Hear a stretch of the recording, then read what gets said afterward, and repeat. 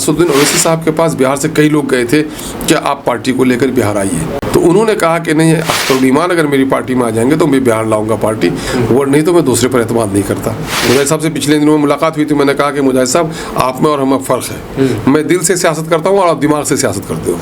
अरे ओवैसी साहब तो बोलते थे हॉस्पिटल यहाँ बना देंगे और ओवैसी हॉस्पिटल और स्कूल बनेगा। अरे भाई बनता, ओवैसी साहब के लोग आए भी थे, ये 4 भाग गए, लेकिन चूंकि एएमयू मुसलमानों का टेग है, ये नीतीश कुमार बनने नहीं दे रहा है, तो नीतीश कुमार के दलालों से पूछो ना कि फिर मिल्लत की हमदर्दी की बात क्यों करते हो।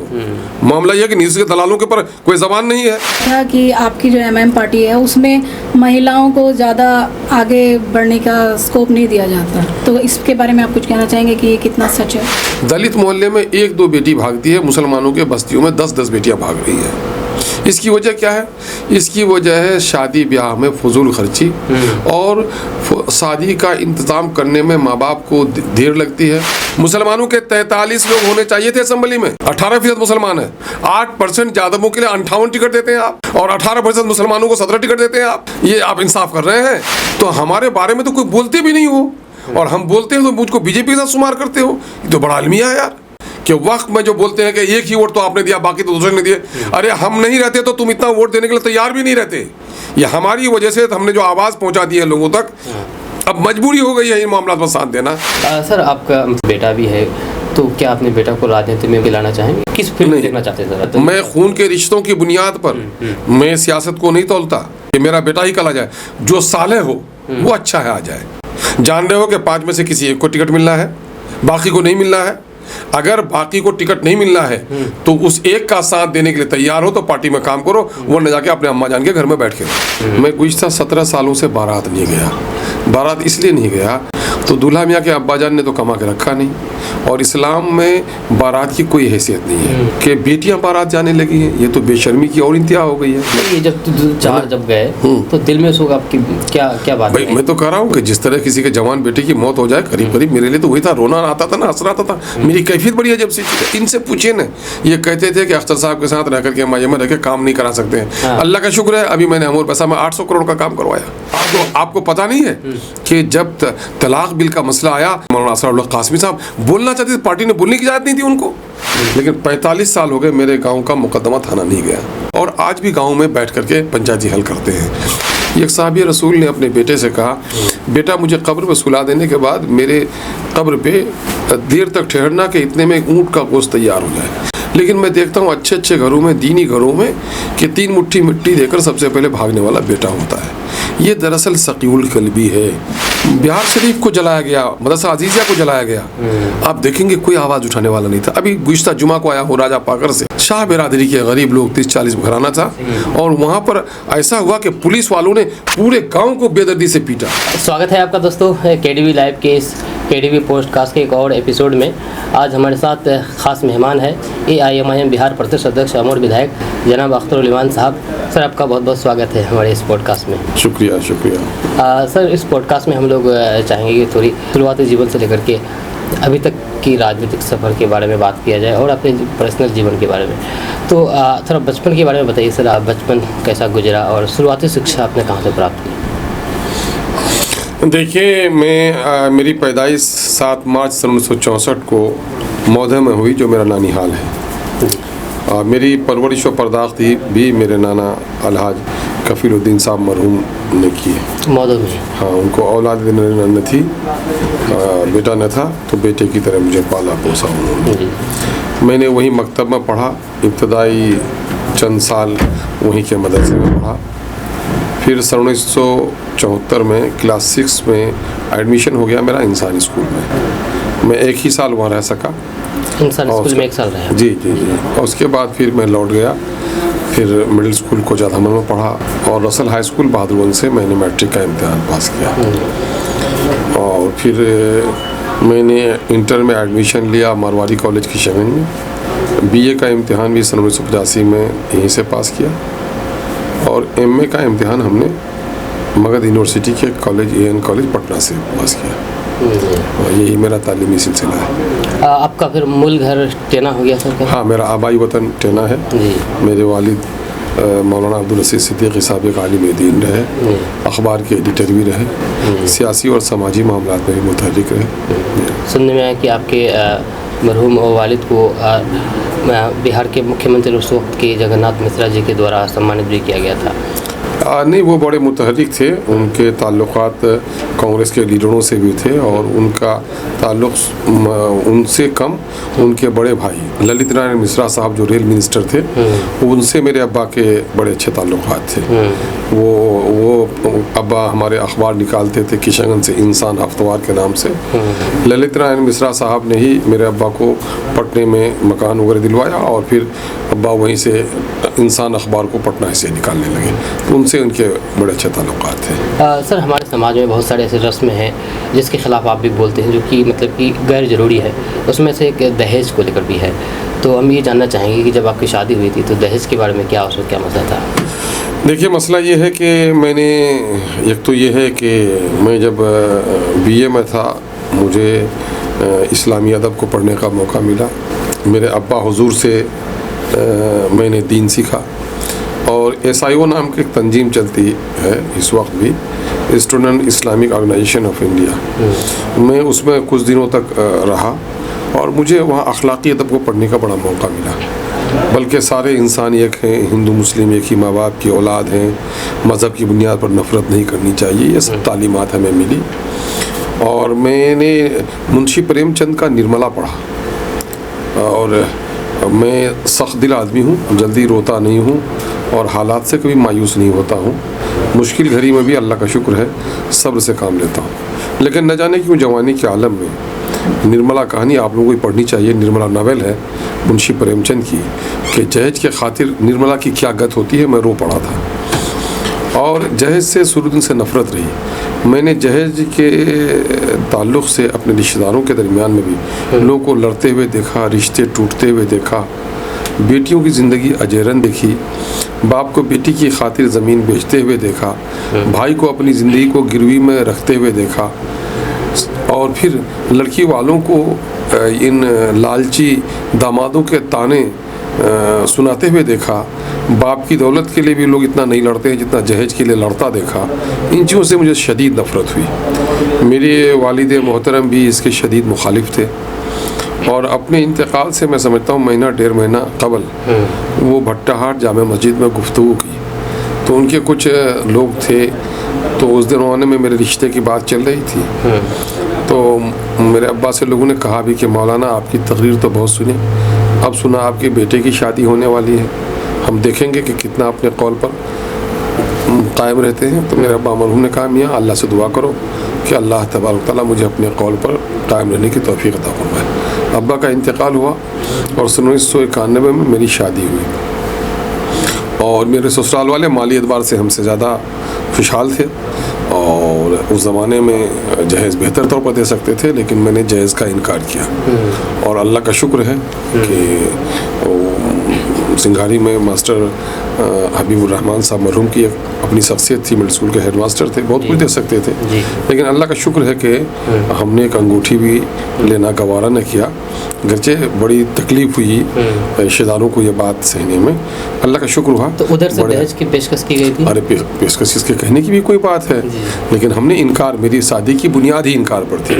अपने भाइयों का भी रिश्ता तय किया मैंने, तो उसके बाद भी मैंने रिश्ते में पहले ये बात तय किया कि भाई जहेज नहीं होगी तभी शादी होगी, पहले ही। और मैंने अपना भी गलती थी उस ज़माने में, मैं चूँकि क्रांति पार्टी का चेयरमैन था अपने हल्के का, तो समाजी मकबूलियत थी, तो मेरे बारात में लोग चले गए थे, लेकिन अल्लाह का शुक्र है कि महर की रकम भी बहुत कलील थी, 11,001 रुपये और 1 असरफी, उस एतबार से भी बहुत थी। और मैंने शादी की तारीख़ तय करने से कबल इत्तफाक से हुआ ये कि मेरी शादी से तकरीबन 20-22 दिन कबल मेरे अब्बा मरहूम का इंतकाल हो गया। और ये जानकर खुशी होगी आपको, मेरे अब्बा ने और रिश्तेदारों के बारे में कहा था, लेकिन टेंटूलाल एक हरिजन थे वहाँ कोचा धमन के, मेरे अब्बा ने खुसूसी तौर पर मुझसे कहा था बेटा अपनी शादी में ज़रूर उनको दावत देना। ये गैर मुस्लिमों से उनके ताल्लुकात थे। तो अल्लाह का शुक्र है कि जहेज इस्लाम में हराम है। मैं शादी से कबल भी मैं इस ताल्लुक़ से मैंने फतवे मंगाए। इमारत शरिया का फतवा था मेरे पास, देवबंद का भी, बरेली शरीफ का भी।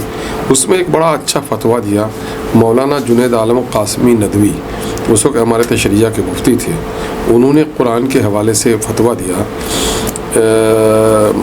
या अय्युहल्लज़ीना आमनू ला ताकुलू अमवालकुम बैनकुम बिल बातिल, ए ईमान वालों एक दूसरे के माल को बातिल तरीके से मत खाओ। उसी के ताल्लुक़ से उसने कहा कि एक ज़माना ऐसा था कि बेटे वालों को जहेज़ नहीं बल्कि अपने ख़ानदान और बड़े घरों में शादी करने के लिए बेटी वालों को लोग पैसे देकर शादियां करते थे। उसको उस उलमा ने सुहत करार दिया था। इसलिए आज हालात बदल गए हैं। आज लड़के वाले जो कुछ कर रहे हैं ये सुहत है और ये हराम है। और उन्होंने बाज़ाब्ता ये भी लिखा कि कोई मांग कर ले या बग़ैर मुतालबे के दिया जाए, दोनों सूरतों में जहेज़ नाजायज़ है। तो उसका मैंने इनकार किया। अल्लाह का शुक्र है मैं गुज़िश्ता 17 सालों से बारात नहीं गया। बारात इसलिए नहीं गया कि मैं बारात जाना गैर इस्लामी समझता हूँ। ये बारात में 100, 150, 200 तो दूल्हा मियाँ के अब्बा जान ने तो कमा के रखा नहीं। और इस्लाम में बारात की कोई हैसियत नहीं है। अल्लाह के रसूल ने कहा शादियों को आसान करो, आसान शादियाँ बाबरकत होती हैं।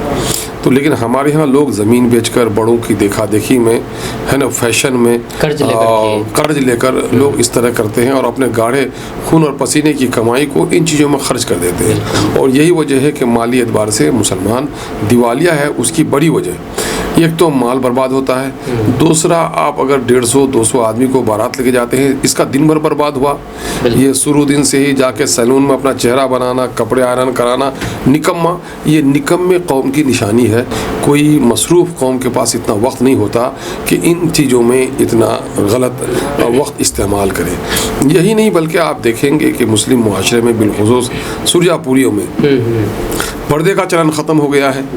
आप जाइए वलीमा में तो औरत और मर्द एक ही साथ बैठकर खाते हैं। अब बेहयाई ऐसी है कि कोई खैनी माखने वाला, कान में बाली है, हाथ में कंगन है, वो बास किस्म का एक लड़का है, वो सुपारी चबा रहा है और आपकी बेगमात को खाना खिला रहा है।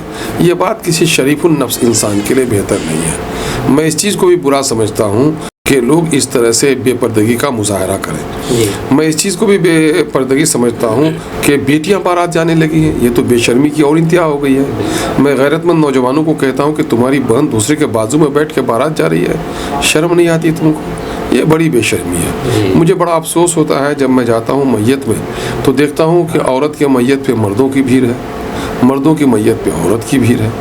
और लोग मिट्टी देकर जिसके यहाँ मैयत हुई है उसी के यहाँ खाना खाने के लिए बैठे हुए हैं। औरतें तक खाना खाने बैठ जाती हैं।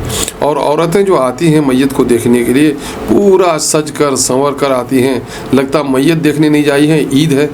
थोड़ी देर के लिए मसनूवी तौर पर मैयत के यहाँ चेहरा उदास कर लेती है, उसके बाद पूरे गाँव में चोपड़ी काटती है। किसका घर कैसा, किसका बावर्ची खाना कैसा, किसके बेटे ने कैसा कमाया, किसकी बहू कैसी, किसका कपड़ा कैसा, किसके जेवर कैसे, बस यही करते रहती है।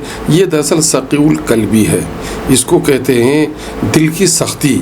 एक मवेशी अगर मर जाए बथान का, दूसरा मवेशी उदास हो जाता, कई दिनों तक उदास रहता है। और ये इंसान है, मैयत को देखकर भी इसके चेहरे में कोई गम नहीं है। और बड़ा अफसोस का अलमिया है। हजरत जाफ़र रज़ी अल्लाह तआला अन्हु के यहाँ मैयत का मसला आया तो अल्लाह के रसूल ने कहा जाफ़र के यहाँ खाना भेजो, उनके यहाँ गम है। मेरे रसूल ने कहा कि जिनके यहाँ गम है, मैयत है, उनके यहाँ खाना भेजो। और हमारे लोग क्या करते हैं, जिनके यहाँ मैयत है उनके यहाँ खाना खाओ, लगता है मैयत नहीं है, भोज की तरह। ये दरअसल सकीउल कल्बी है। मेरे गैर मुस्लिम भाई लोग हैं, उनके यहाँ 10 दिन 11 दिन तक चूल्हा नहीं जलता। एक बेटा जो अग्नि देता है वो अपना धोती पहन कर रहता है, उदास, उनका घर उदास लगता है, गमगीन लगता है। तो उनके बच्चों पर भी नफ्सियाती तौर पर असर जाता है। मेरी दादी मर गई, मेरा दादा मर गया तो मेरा बाप गमगीन था। ये गम उनके रिश्ते का पता देता है। लेकिन मैं कई जगह गया हूँ, जनाजे में शामिल नहीं हो पाया हूँ, तो घर पर गया हूँ कि मरने वाले के बेटे से ताज़ियत कर लें, तो अफसोस हुआ कि उनके बेटे को गोश्त तकसीम करते हुए देख रहा हूँ, मेहमानों को खाना खिलाते हुए तकसीम करता हूँ। एक साहबी रसूल ने अपने बेटे से कहा, बेटा मुझे कब्र में सुला देने के बाद मेरे कब्र पे देर तक ठहरना कि इतने में एक ऊँट का गोश्त तैयार हो जाए, यानी देर तक ठहरना। लेकिन मैं देखता हूँ अच्छे अच्छे घरों में, दीनी घरों में, कि 3 मुट्ठी मिट्टी देकर सबसे पहले भागने वाला बेटा होता है। ये दरअसल सकीउल कल्बी है। 3 दिन तो गम दिखना चाहिए उनके घरों में, मगर हमारे यहाँ बड़ा अजीब माने वो है।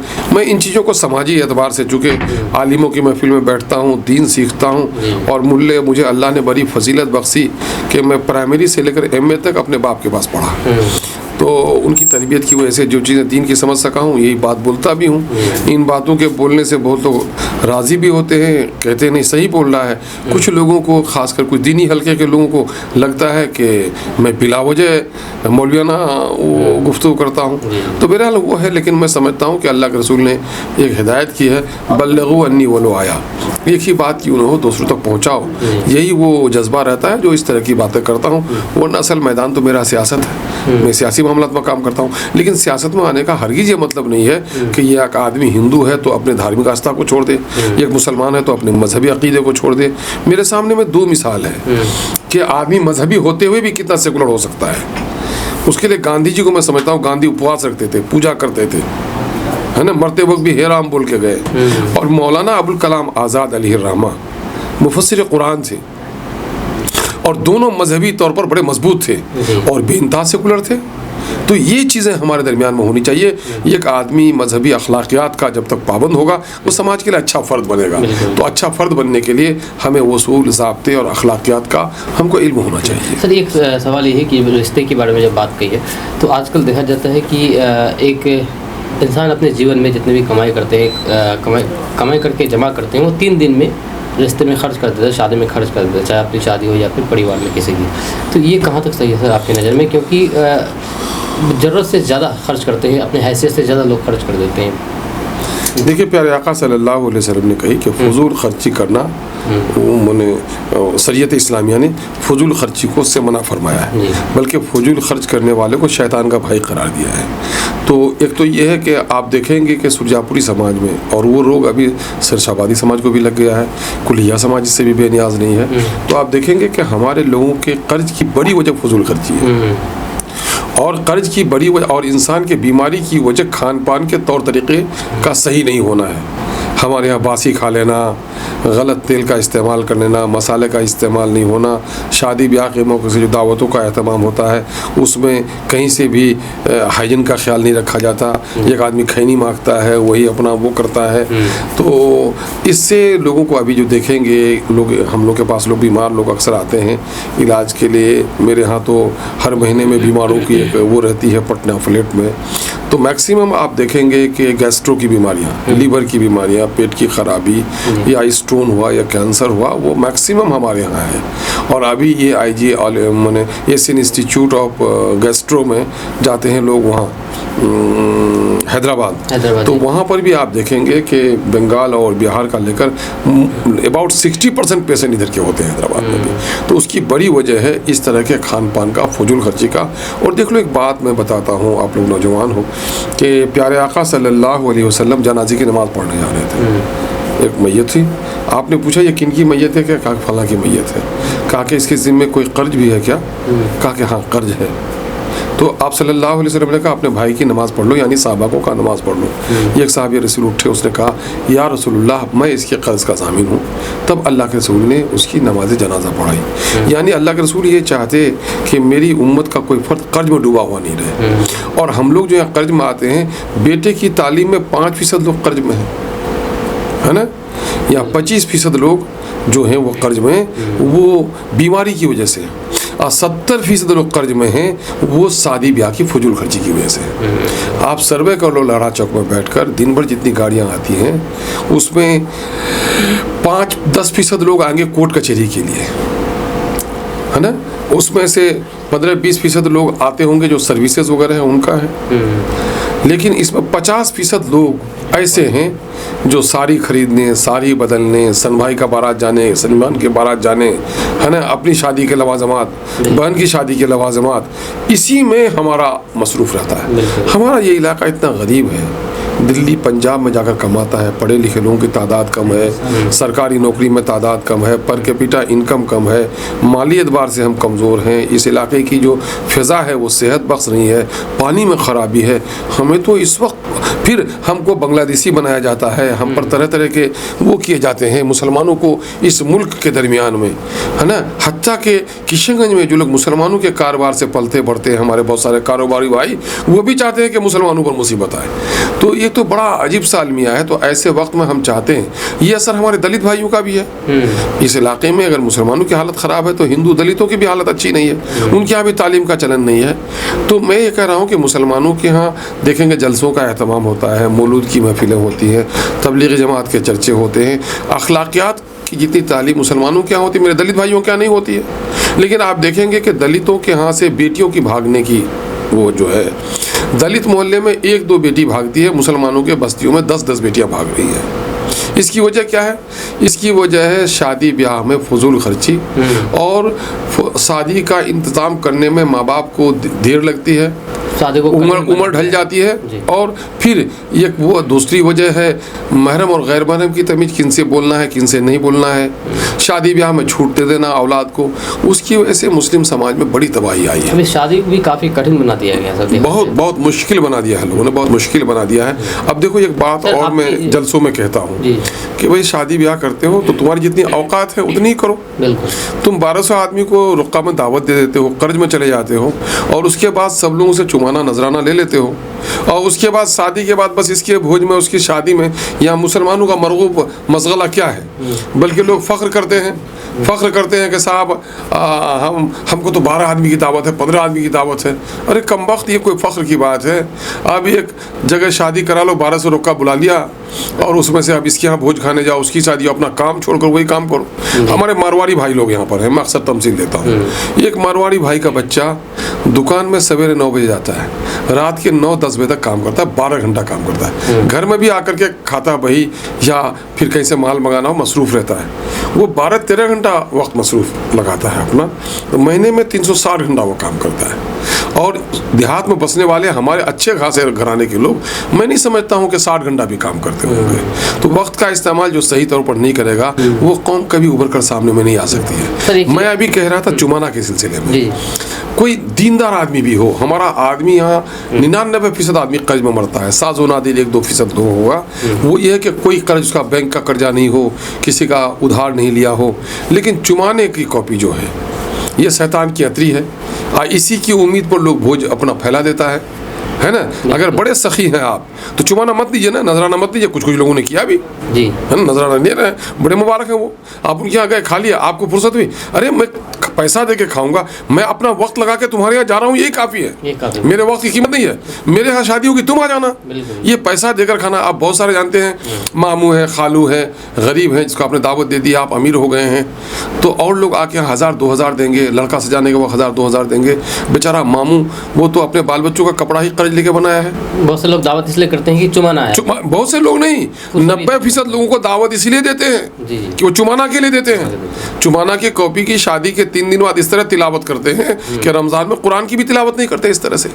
और उस पर बेशर्मी ये होती है, किसने कितना दिया, अरे उतना उसको फला इतना को दे के आए थे, इतना दे के आ गया, तो मैं तो अकेला गया था, 3 बच्चे को लेके आ गया। ये बेशर्मी है। और मामला ये होता है, कोई बुढ़ा खास करके जो होता है, उस बुढ़े को बड़ी आरजू होती है कि आखिरी छे बाबू अच्छे भोज बरका चा करो इसे, बोले आखिरी बेटा छे बाबू सवारो हाथ दिलवार अरमान छे। वो 1200 आदमी को रोका दावत दे दिया, शादी में चुमाना पड़ गया, चौराहे पे गुफ्तगू होती है, 4 लाख चुमाना पड़ा, 5 लाख चुमाना पड़ा, नाकूची हो गई, और साल भर के बाद बुढ़े की मौत हो जाती है। अब जो वो 1200 रोका जिनको दावत दिया था, उसमें से बहुत लोग एडवांस भी क्या किए हैं। बुढ़ा मर गया, बेटा कोई दिल्ली में, कोई पंजाब में, बोका बेटा घर में, अब भोज खाने के लिए नहीं जा रहा है, वो कर्ज सारा कब्रिस्तान में उस बुढ़े को लगेगा, है ना। ये लोग नहीं समझ रहे हैं लोग इसको। लोग दुनिया में की रंगरेलियों में इस तरह मसरूफ़ हो गए हैं कि उनको डर ही नहीं लगता लेन देन का।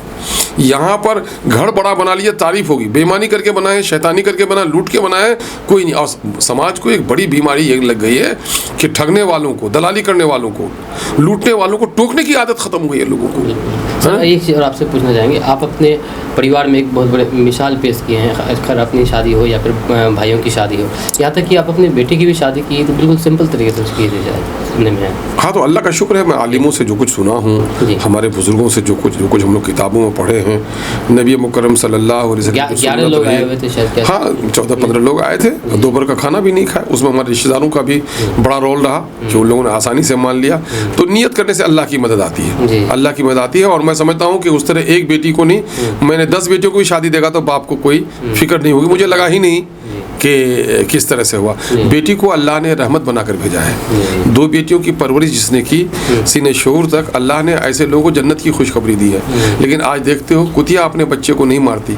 कुतिया जब बच्चे देती है, दूध पिलाती है, दुबली हो जाती है, पसलियाँ निकल आती है, लेकिन कुतिया अपने बच्चे को नहीं मारती। लेकिन आज किशनगंज का कोई हॉस्पिटल नहीं है जहाँ एबॉर्शंस नहीं हो रहे हैं। बिल्कुल। बेटियों को मारा जाता है ना, और बेटियों की तरफ अदब तवज्जो होती है। उसकी वजह यही, ये जो लालची लोग हैं जहेज़ के, या दीन का फहम नहीं रखने वाले लोग हैं, ये इसकी वजह से हो रहा है। और इस्लाम अगर किसी और पर नहीं, सिर्फ बेटियों की शादी को सादगी के साथ कर दे तो देखिएगा इस्लाम के फैलने में कितनी आसानी हो जाएगी। आज बहुत सारी बेटियां जहर खा रही हैं। शरीयत इस्लामिया में माँ को जो अहमियत दी गई है, बेटियों को, यही मुल्क है जहाँ बेटियों को बेवा हो जाती थी तो उनको सती करके जलाकर मार डाला गया। ये मुल्क है जहाँ बेटियों को तरके में हिस्सा नहीं दिया गया, और इस्लाम ने आज से 1400 साल पहले बेटी को तरके में हिस्सा दिया, माँ के कदमों तले जन्नत की बशारत दी। और बेटी हो या बाप के मर जाने के बाद भाई हो, तो भाई ने भी अगर बेटी अब बहनों की परवरिश की तो ऐसे लोगों को प्यारे आका सल्लल्लाहु अलैहि वसल्लम ने जन्नत की खुशखबरी दी। औरतों का जितना तरफदार इस्लाम रहा है, और औरतों के ताल्लुक़ से दीन इस्लाम ने जो उसके हुकूक़ की अदायगी, मर्द को औरत पर कवाम बनाया, यानी सरपरस्त बनाया। हाकिम नहीं कि वो नौकर है, सरपरस्त बनाया। और नानो नफ़क़ा जिम्मेदारी मर्द की है, औरत की नहीं है। इस्लाम ने औरत को बड़ा मकाम दिया है, लेकिन हमारे समाज में बड़ा अजीब व गरीब मसला है। कहीं तो देखोगे कि बीबी को नौकरानी बना के रखा है, और कहीं बीवी को मलका बना के रखा है, और अपनी सास की भी खबर नहीं लेती है। बड़ा तजाद है हमारे समाज में। ये तजाद इसलिए है कि हमने अपने ख़ानदानी जो सिराज़ाबंदी है उसको हम इस्लामी खतूत में नहीं करते, बड़े लोगों की देखा देखी में करते हैं। हमारे समाज में बहुत सारी बुराइयां हैं। अभी तो हाल फिलहाल छोटे छोटे बच्चे भी नशा करने लगे, गली गली मोहल्ले मोहल्ले में। इसको लेकर सर आपको क्या संदेश है आम लोगों को? देखिए, इसमें तो सबसे बड़ा कसूर हुकूमत का है, पुलिस के अहलकारों का है। लेकिन पुलिस कभी भी क्राइम को कंट्रोल नहीं करती, और हुकूमत बराह रास्त आपकी निगरानी नहीं करती। ये अफराद की जिम्मेदारी है, ये वालिदैन की जिम्मेदारी है, सोसाइटी की जिम्मेदारी है। कश्ती का कोई मल्लाह नहीं हो, वो कश्ती का खुदा हाफिज। आज जिस बस्ती का कोई सरदार नहीं हो, उस बस्ती का भी खुदा हाफिज। और कहा जाता है जिस समाज में कोई अमीर नहीं हो तो शैतान इब्लीस उसका अमीर होता है। आज जो भी सोसाइटी हमारी जहाँ भी बसे, इंसानी सोसाइटी जो है वो जानवरों से अलग है ना। तो इंसानी सोसाइटी में कुछ अखलाकियात, कुछ समाजी तकाजे, समाजी मर्यादाएं, बड़े और छोटे का अदब और एहतराम, इसके लिए हमारे यहाँ है। गैर मुस्लिम भाइयों के यहाँ मंदिर है, गुरुद्वारा है, लेकिन जितना अच्छा सिस्टम मुसलमानों के मस्जिद का है तो यकीनन है कि वो लायक सत्तहसीन है। जिस मोहल्ले में लोग बसते हों उसमें एक मस्जिद है, उस मस्जिद के चबूतरे में सिर्फ नमाज के लिए नहीं है, उसमें अवामिर व नवाही, मैंने नेकी और बुराई, नेकी को बढ़ाने और बुराइयों को रोकने के लिए कोशिश करने की जगह का नाम मस्जिद है। वहाँ बच्चों का मकतब भी हो, और गांव के लोग, मोहल्ला के लोग ये तय कर लें कि मेरे गांव का कोई आदमी जुआड़ी नहीं होगा, मेरे गांव का कोई आदमी शराबी नहीं होगा, मेरे यहाँ का कोई अफयून का शिकार नहीं होगा। अगर ये लोग कर लेंगे, मुझको सियासी और समाजी एतबार से एक्टिव होने में जिस तहरीक ने बड़ी मदद की वो समाज सुधार क्रांति समिति है। मैं BA का तालिब इल्म था उस ज़माने में। जनाब ग़ुलाम मोहम्मद याह साहब मौलाना बैगना के, निशिकांत चौधरी साहब बिशनपुर के, इन लोगों ने मिलकर एक तहरीक उठाई समाज सुधार क्रांति समिति के नाम से, और मैं भी उसका एक अदना खादिम था। और पढ़ने के ज़माने में लोगों ने हम लोगों को चेयरमैन बनाया। हम लोगों ने जो चलाया 2-3 सालों तक, कोई मुकदमा थाना नहीं जाता था, क्राइम कंट्रोल हो गए थे, दरवाज़ा खुला रहता था, चोर नहीं घुसता था। तो समाज को एक्टिव होने की ज़रूरत है। मैं बहुत गार्जियन इसके रिस्पॉन्सिबल नहीं सर? मैं खुशफहमी का शिकार नहीं हूँ। मेरा गांव बहुत अच्छा नहीं रहा। अब गुज़िश्ता 25 सालों से मैं गांव से बाहर रहता हूँ, लेकिन 45 साल हो गए मेरे गांव का मुकदमा थाना नहीं गया। अच्छा। है ना। 45 साल से 45 सालों में मेरे गांव का मुकदमा थाना नहीं गया। जो भी मामले होते हैं, गाँव में निपटा दिया। एक दो गए तो मुकदमा लौटा के लोग लाए, और आज भी गांव में बैठ करके पंचायती हल करते हैं।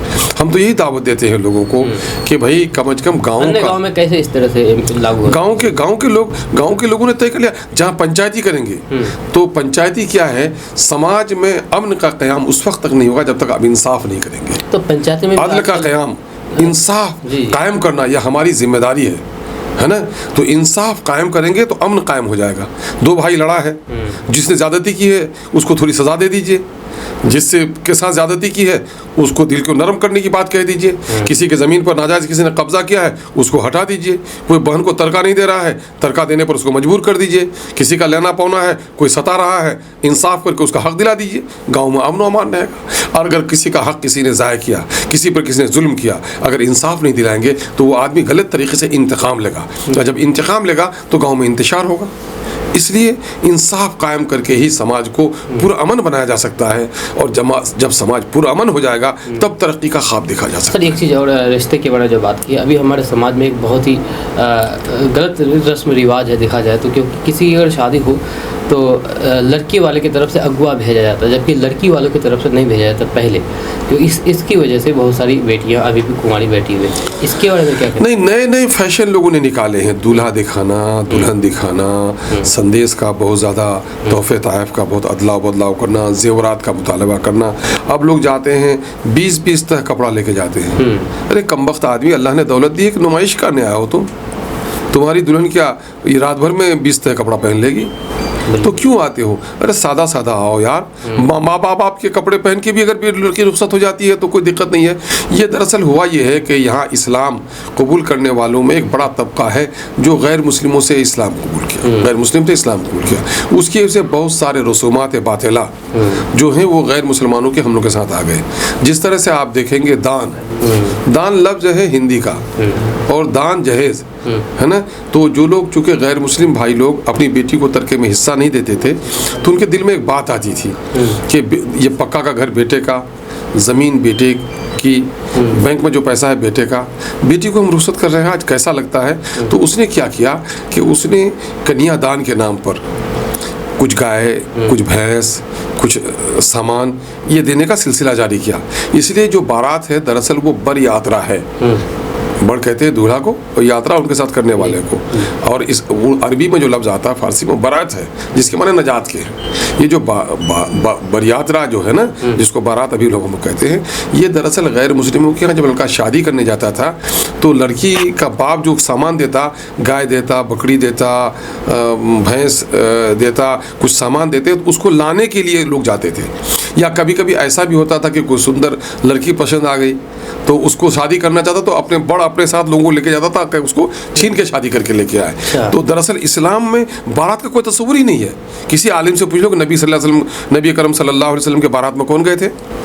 इस्लामिक मुल्क में ऐसा होता है सर, बारात उड़ा जाता है? मैं तो मुझे वहाँ का तजुर्बा नहीं है, लेकिन अब भी मुझे ये पता है कि अब भी अरब में ये ज़्यादती है कि बेटी जिनके घर पैदा हो गई वो खुश है, क्योंकि वहाँ बेटे को शादी करने में बहुत खर्च करना पड़ता है। लड़की वालों पर वहाँ कोई खर्च नहीं है। अच्छा सर, थोड़े राजनीति पर बात कर लेते हैं। यकीनन यही मौजूद होना चाहिए। आप तो लेके चले गए तो सबसे पहले ये जानना चाहेंगे कि जब 4 विधायक आपके जब छोड़ के गए थे तो उस वक्त आपको कैसा लगा था? आपके दिल में क्या बातें आई थी? 4 विधायक से पहले हमें ये क्यों नहीं पूछते कि आप MIM में कैसे आए?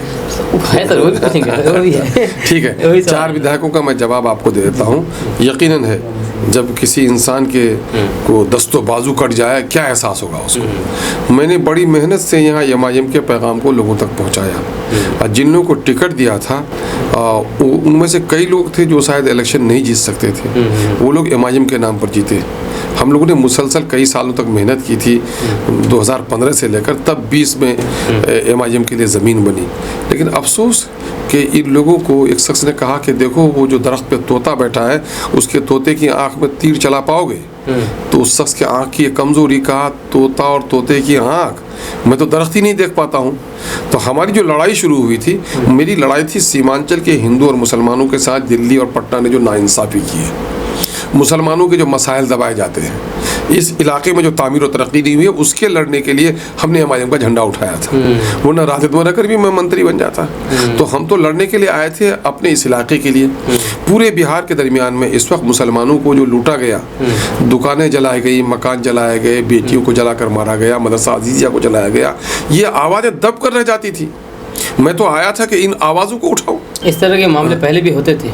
अरे आवाज़ नहीं उठते थे। आपको पता नहीं है कि जब तलाक बिल का मसला आया, हजरत मौलाना मरहूम रहमतुल्लाह अलैह मौलाना असरउल्लाह कासमी साहब बोलना चाहते थे, पार्टी ने बोलने की इजाज़त नहीं थी उनको, है ना। ये चीज़ें हैं। 2012 में सूरज नमस्कार का फैसला दिलवा दिया था नीतीश कुमार ने।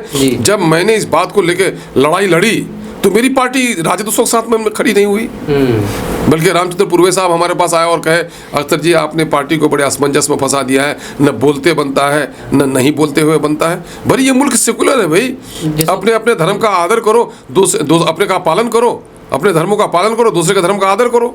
हम आज अल्लाह का शुक्र है कि कोई कुछ कह दे, हम लोग किसी गैर मुस्लिम भाई के धर्म पर, उसके धर्म ग्रंथ पर, उसके धर्म स्थली पर, भाई उसका धर्म उसके साथ, मेरा धर्म मेरे साथ। हमने कुरान पढ़ा है, कुरान में कह दिया गया है लकुम दीनुकुम वलिय दीन, तुम्हारा धर्म तुम्हारे लिए है, मेरा धर्म मेरे लिए है। इससे ज़्यादा सेकुलर आइडिया कुछ हो ही नहीं सकता है। तो हम लोग इस पर काम करते हैं। लेकिन हमारे ये चार भाग गए, ये लोग मंत्री बनने के लिए गए थे, ये लोग बिहार की सरकार बनाने के लिए गए। इनसे पूछिए ना, ये कहते थे कि अख्तर साहब के साथ रह करके MIM में रह के काम नहीं करा सकते हैं। अल्लाह का शुक्र है अभी मैंने अमूर पैसा में 800 करोड़ का काम करवाया। जिस महानंदा में वक्त का वजीर पुल बनाने को नहीं सोचा, मैंने वहाँ पुल सेंक्शन करवाया। 10 साल से जो लटके पड़े थे 2-2 पुल, दोनों को मुकम्मल करवा रहा हूँ। नदियों के कटाव का जो मसला था, उसका इतना मजबूती से कभी काम नहीं हो सका। 30-32 करोड़ रुपए का काम उसका करवाया। तो मैं ये कह रहा हूँ, जितने काम हमने करवाए, अगर हम पांचों मिल के रहते तो हमारा काम और ज़्यादा होता। हम लोगों ने मंसूबा बनाया था, ये तो 22 भाग गए लोग, 23 में हम लोगों ने मंसूबा बनाया था कि 23 में हम लोग जनवरी में अपना चार्टर ऑफ डिमांड, सीमांचल के इलाके में कहाँ पुल की ज़रूरत है, कहाँ स्कूल की ज़रूरत है, कहाँ कॉलेज की ज़रूरत है, कहाँ सड़कों की ज़रूरत है, हम लोग ले आकर के गवर्नर को देंगे, चीफ मिनिस्टर को देंगे और कहेंगे कि साहब आप बजट में इसको शामिल कीजिए। और अगर ये बजट में शामिल नहीं करेंगे तो हम लोग ने तय किया था कि भाई रुकनुद्दीन साहब और हम बैठ जाएंगे 82 में, हाजी इजहार एसपी साहब को कहेंगे साहब कोतल में बैठ जाइए, हम शहनवाज साहब को कहेंगे कि साहब आप बैठ जाइए जोकी में, अंजार नईमी साहब को कहेंगे आप बैठ जाइए यहाँ बहादुरगंज में, और एक नारा देंगे कि सीमांचल के समस्याओं का करो समाधान, वर्ड नहीं रहेगा चक्का जाम। तो जानते हैं ये पांचों विधायक बैठ जाते, कितनी बड़ी खबर होती।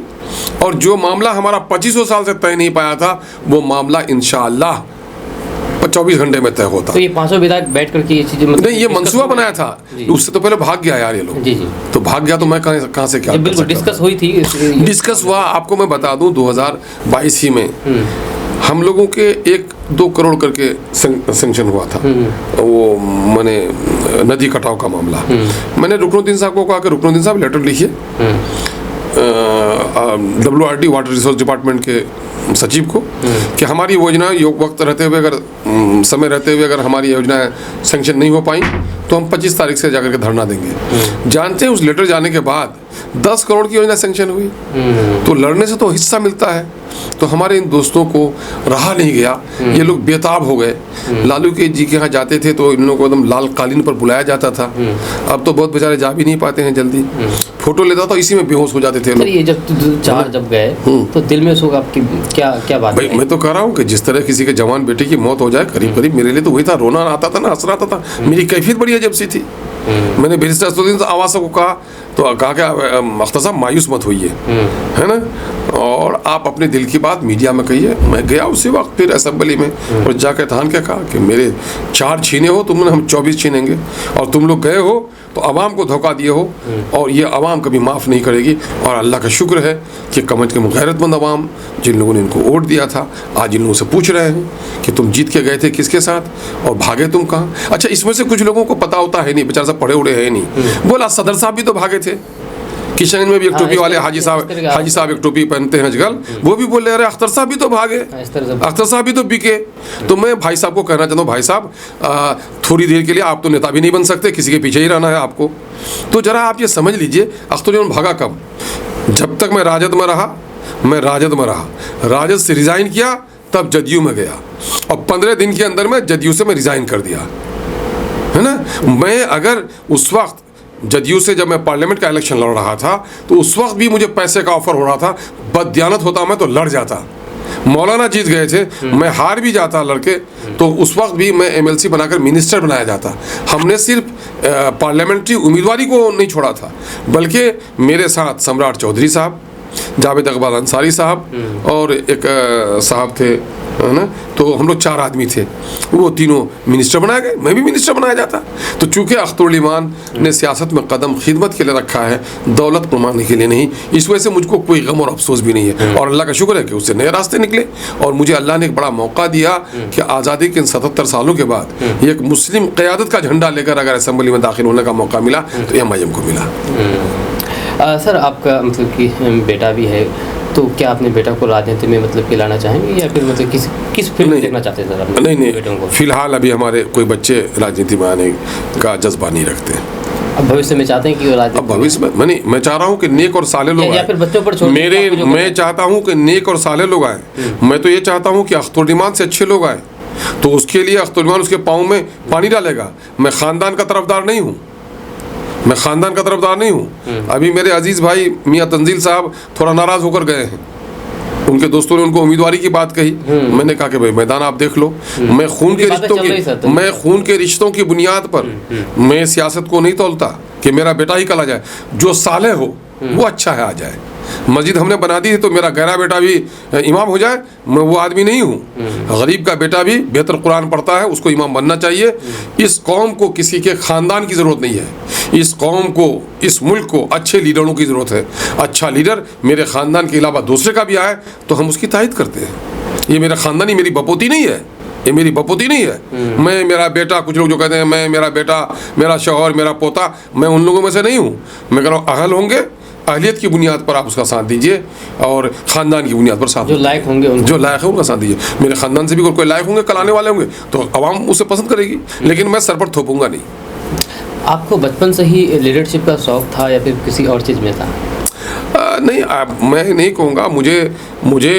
मुझे कॉलेज में जाने का शौक़ था। मेरी अजब वाक़या है कि मेरे अब्बू ने जब मुझे शादी के बारे में हुक्म दिया तो मैंने कहा अब्बा मैं नाना का खेती बाड़ी कर देखता हूँ। मैट्रिक के बाद मेरा अलीगढ़ में एडमिशन हो रहा था। नाना हमारे ब्लड प्रेशर वगैरह के पेशेंट रहते थे, तो उन्होंने कहा बेटा तुम अलीगढ़ चले जाओगे तो हमें मेरा इलाज कैसे होगा। मैं अलीगढ़ जाना छोड़ दिया।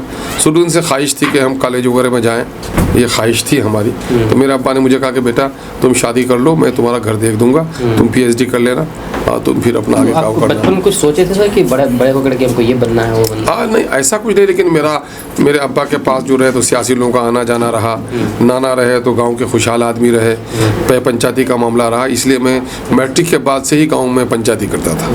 मैट्रिक के बाद से, मैट्रिकुलेशन के बाद से ही गांव को हमने संभाला और उसके बाद से ही जब मेरी पंचायती लोगों ने देखी तो मुझको काफ़ी आगे बढ़ाया। और मैं लीडर क्या बनना चाहता, मैं तो इधर घर का, शादी के बाद मैं घर रह गया, भाइयों की तालीम का मसला था। उसके बाद मैंने मेडिसिन का होलसेल का काम शुरू किया। इस दरमियान में इलेक्शन का ज़माना आया। एक ज़माने में 87 वगैरह में भी एक इलेक्शन का नोटिफिकेशन जारी हुआ था, तो गांव के करीब के गांव के सारे लोग तय कर लिए थे कि मुझे मुखिया बनाना है उन लोगों को। लेकिन जब मैं आ गया यहाँ दवा फरोशी के काम में तो 3 साल हो गए थे मेरे घर छोड़े हुए। जब पार्लियामेंट के इलेक्शन का नोटिफिकेशन जारी हुआ तो हमारे गांव के हमारे दोस्त अहबाब वो आ गए कि तुमको इलेक्शन लड़ना है। मैंने कहा यार मैं 3 साल से बाहर हूँ, मेरा इतना बड़ा कारोबार है, मैं टाइम भी नहीं दे पाऊँगा। लोगों ने कहा आप नहीं लड़ोगे तो वो गलत गुंडे किस्म के लोग जीत जाएंगे। तो गाँव वाले मिलकर के, गाँव वालों ने मुझको उम्मीदवार बनाया, जबरिया तौर पर मुझको जाकर उम्मीदवार बनाया मुखिया का। जब मैं मुखिया का उम्मीदवार बन गया, उस ज़माने में मेरा तस्लीमुद्दीन साहब से ताल्लुकात थे हमारे। तस्लीमुद्दीन साहब ने लोगों को लगा दिया कि अख्तरुल ईमान को कहो वो जिला परिषद का इलेक्शन लड़े। मेरे डॉक्टर परवेज़ अतर साहब हमारे दोस्त और हमारे इस तरह दोस्तों का हल्का था, तो ये लोग आपके सराय के हसन भाई, ये सब लोग कहते कि भाई अख्तर साहब काहे लड़ने जा रहे हैं मुखिया का, इनको जिला परिषद का इलेक्शन लड़ना चाहिए। मैंने कहा यार मेरे पास टाइम नहीं है। लेकिन सुनथा वगैरह से हमारे हमदर्दों की एक बड़ी तादाद मौदा चली गई। उन लोगों ने कहा कि आपको नहीं लड़ना, आपको जिला परिषद लड़ना है। अच्छा, तो फिर जिला परिषद का इलेक्शन लड़ गया और लोगों ने हाथों हाथ दिया। जिला परिषद का इलेक्शन 2 साल लड़ा तो मैं समझा कि जिला परिषद का मेंबरशिप नहीं है, जिला परेशान भी भाग गई है। दौड़ो यहाँ वहाँ, इसमें सिवाय घूस घास के या ठेकेदारी के कोई तनख्वाह उनका है नहीं। मेरा कारोबार भी चौपट हो रहा था, मैंने चाय की खेती की थी, वो भी परेशानी हो रही थी। तो तो मैंने रिज़ाइन करने का मशवरा किया। मेरे खुसूर वगैरह हयात से थे और मेरे हमदर्दों की एक नशिस्त हुई, तो उन लोगों ने कहा कि तस्लीम साहब अभी MP इलेक्शन लड़ेंगे और उनके जीत जाने की उम्मीद है, और अगर वो MP जीत जाते हैं तो जगह खाली होगी तो आपके लिए MLA बनने का लोगों के दिलों में जज्बा है। और हुआ ऐसा ही, तस्लीमुद्दीन साहब बन गए। उसके बाद कई उम्मीदवार थे और मैं वहाँ भी बहुत सीरियस नहीं था। मैंने कहा भाई हो जाएगा तो लड़ लेंगे, नहीं हुआ तो कोई बात नहीं। लेकिन अल्लाह का शुक्र है तस्लीमुद्दीन साहब ने मुझे टिकट दिलवाया और लोगों ने फिर हाथों हाथ लिया। 2009 में ही मुझे पार्लियामेंट का टिकट देने के लिए ऑफ़र किया था नीतीश कुमार साहब ने। मैं उनके आदमी को कहा कि अरे पागल हो क्या, मैं पार्लियामेंट में असेंबली में बैठता हूँ तो मैं सबसे ज़्यादा बीजेपी को खिलाफ कौन बोलता है? बोले आप बोलते हैं। तो मैंने कहा भाई आपकी बात से बोलता हूँ और मैं आपके साथ जाऊँगा, मैं जब तक बीजेपी में हूँ आप, तो मैं आपके करीब नहीं जा सकता। और तस्लीमुद्दीन साहब मेरे सियासी वस्ताद हैं, मैं उनके खिलाफ इलेक्शन नहीं लड़ सकता। तो फिर बात को आया तो फिर अपनी पार्टी में MIM लेके आया, तो MIM में तो बैरिस्टर असदुद्दीन ओवैसी साहब की पजीराई हुई कि आप MIM को कैसे लाया सर यहाँ पर, इसके पीछे की सोच क्या थी? दरअसल मैं बिल्कुल ये है कि जब मैं 2014 में पार्लियामेंट्री इलेक्शन लड़ा जदयू के सीट से, तो हुआ ये कि मुजाहिद साहब भी जदयू में थे, तो उस वक्त इनके टिकट मिलने में देर थी। मुझको अगर मैं मुजाहिद साहब से पिछले दिनों में मुलाकात हुई थी, मैंने कहा कि मुजाहिद साहब आप में और हम में फ़र्क है, मैं दिल से सियासत करता हूँ और आप दिमाग से सियासत करते हो। दिमाग बहुत सोचता है, दिल ज़्यादा सोचता नहीं है ना।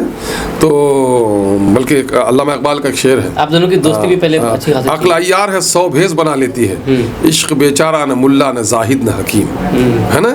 तो इश्क जो है दिल से ताल्लुक़ है ना, और अक्ल अय्यार है 100 भेस बना लेती है। तो मैं 100 भेस बनाने वालों में नहीं हूँ, मैं दिल से सियासत करता हूँ। तो मैं अगर रुक के in the main time of nomination अगर मैं रिजाइन करता तो इलेक्शन भी नहीं होता। लेकिन मैंने कहा कि मुजाहिद लड़ रहे हैं, चलो भाई तो मुजाहिद भी जीत जाए, चूंकि बीजेपी से अलग किए हैं हम लोग कुछ विधायक थे जो नीतीश कुमार को बीजेपी से अलग किए थे, तब हम लोग आए थे। उस वक्त मुजाहिद साहब को टिकट के लिए अड़चन थी, तो हमने टिकट के लिए पैरवी की कि भाई जल्दी उनका टिकट क्लियर कीजिए। लेकिन जब मैं यहाँ आया तो जदयू के कुछ कारिंदे थे जिसको ये समझ में आ रहा था कि अख्तर साहब नहीं लड़ रहे हैं, हम लोग MLA बन जाएंगे। और दूसरा, तमाम तर जदयू के कारिंदे बीजेपी से उनकी दोस्ती थी, सब लोग बीजेपी के लिए काम कर रहे थे। मुझे पार्टी से 1 रुपया मिले तो यहाँ 21 रुपये की खबर हो जाए, सब लोग ऐसे लूटने लगे। और जब मैं खबर देखने लगा कि दिलीप जायसवाल साहब की जो तवानाई है पॉलिटिक्स में लग रही है, तो ऐसा ना हो कि मेरे और मौलाना के लड़ने के नतीजे में दोनों में से हम लोग कुछ वो चले जाएं। तो सैयद शहनवाज साहब एक मरतबा जीत गए थे मौलाना के लड़ने की वजह से। अच्छा। मौलाना और तस्लीमुद्दीन साहब के लड़ने की वजह से सैयद शहनवाज हुसैन जीत गए थे, जिसकी वजह से पूरे मुल्क में फजीहत होती थी किसान वालों की। तो मैं नहीं चाहता था कि मेरी वजह से बीजेपी का कोई आदमी यहाँ से जीत जाए, तो फिर आने वाले दिनों में हमारा बेटा भी कहीं खड़ा होकर नहीं रह सकेगा और पूरी मिल्लत की फजीहत होगी। तो मैंने इलेक्शन छोड़ दिया, मेरे सामने में उसको कोई मंसूबा नहीं था। उसके बाद हम लोग रह गए। उसके बाद मैं पटने में था, मैंने रिसर्च किया, एक सीमांचल के पिछड़ेपन की वजह, एक छोटी सी किताब लिखी मैंने, सीमांचल के पिछड़ेपन की कहानी सरकारी आंकड़ों की ज़मानी। मैंने 4 डिस्ट्रिक्ट उधर के लिए, 4 डिस्ट्रिक्ट इधर के लिए सोचता था, खाली था। मुझको MLC वगैरह बनाने के लिए भी कुछ पार्टियों की तरफ से ऑफ़र था, लेकिन उस ज़माने में इत्तेफाक से आप देखेंगे कि हमारी मुलाकात कुछ दोस्तों ने करा दी बैरिस्टर असदुद्दीन ओवैसी साहब ने। बैरिस्टर असदुद्दीन ओवैसी साहब के पास बिहार से कई लोग गए थे कि आप पार्टी को लेकर बिहार आइए। अच्छा। तो उन्होंने कहा कि नहीं, अख्तरुल ईमान अगर मेरी पार्टी में आ जाएंगे तो मैं बिहार लाऊंगा पार्टी, वो नहीं तो मैं दूसरे पर एतमाद नहीं करता। अच्छा। तो फिर उनसे मुलाकात हुई और उनको दावत दी हम लोगों ने। उस ज़माने में हम लोगों ने हमारे साथ बड़ी सरपरस्ती की है इंजीनियर आफ्ताब अहमद साहब, जो हमारे पार्टी के जनरल सेक्रेटरी हैं। वो जिस ज़माने में कांग्रेस में थे, मैं राजद में था, और दोनों की हम लोगों की अच्छी यारी हुई थी। उनसे बहुत कुछ सीखने का हमें मौका मिला।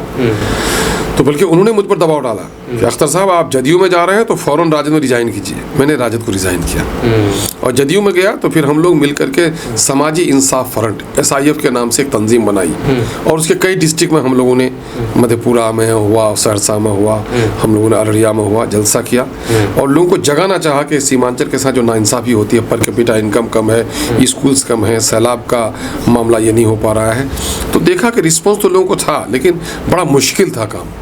इस दरमियान में बैरिस्टर असदुद्दीन ओवैसी साहब से हम लोगों की मुलाकात कराई गई और हम लोगों ने SIF के बैनर तले ही एक जलसा कराया यहाँ पर रुईदा सा मैदान में 16 अगस्त 2015 को। रिमझिम बारिश हो रही थी और वो बादल के गरजने की आवाज़, लोग भी काफ़ी और काफ़ी तारीख सा जलसा हुआ। तो वहीं पर मेरी किताब का विमोचन कहिए या उसको इजरा अवैसी साहब ने किया। और अवैसी साहब ने जब पढ़ा कि सीमांचल के साथ इतनी नाइंसाफ़ी हो रही है, गुर्बत, अफलास, तो उसने वहीं पर कहा था कि सीमांचल वासियों, तुम्हारे मसले का उस वक्त तक हल नहीं होगा जब तक तुम्हारे लिए स्पेशल इलाका तुम्हारा तैयार नहीं किया जाए, है ना। तो धारा 374 के तहत स्पेशल डेवलपमेंट काउंसिल नहीं बनाया जाए। तो उस वक्त से हम लोग एक लड़ाई लड़ रहे हैं कि सीमांचल डेवलपमेंट काउंसिल बनाओ। और आज मेरी तबीयत इसी पर है कि आज मजलूमों की आवाज़ बनने का मुझे मौका मिला है और MIM के ज़रिए से पूरे बिहार में लोगों को जगाया है और नौजवानों में एक नई जोत, खास करके मिल्लत के लोग, अक़लियत के नौजवान जो महरूम हो गए थे, मायूस हो गए थे, सियासत से किनारा कस हो गए थे, MIM आने के बाद उनको बड़ी तक़वीत मिली है। और MIM आने की वजह से ही गुल्लात जलाई गई हाजीपुर में, अच्छा, है ना। समस्तीपुर में सनोबर 32 साल टीचर को मारा गया, बिहार शरीफ को जलाया गया, मदरसा अजीज़िया को जलाया गया। आप देखेंगे कोई आवाज़ उठाने वाला नहीं था। अभी गुज़िश्ता जुमा को आया हूँ राजा पाकर से, वहाँ शाह बिरादरी के गरीब लोग 30-40 घराना था और वहाँ पर ऐसा हुआ कि पुलिस वालों ने पूरे गांव को बेदर्दी से पीटा, किसी की हथेली तोड़ी, किसी की कमर तोड़ी, किसी का पाँव तोड़ा और छोटे छोटे बच्चों के चमड़े फटे, नाबीना लोगों के फटे हुए चमड़े देखे हमने। और नसीर शाह को पुलिस उठाकर ले जाती है और 3 दिन तक थाने में रखती है, जबकि 24 घंटे ज़्यादा नहीं रख सकती। और नतीजा ये हुआ, वो नसीर शाह की लाश 3 दिन के बाद आई।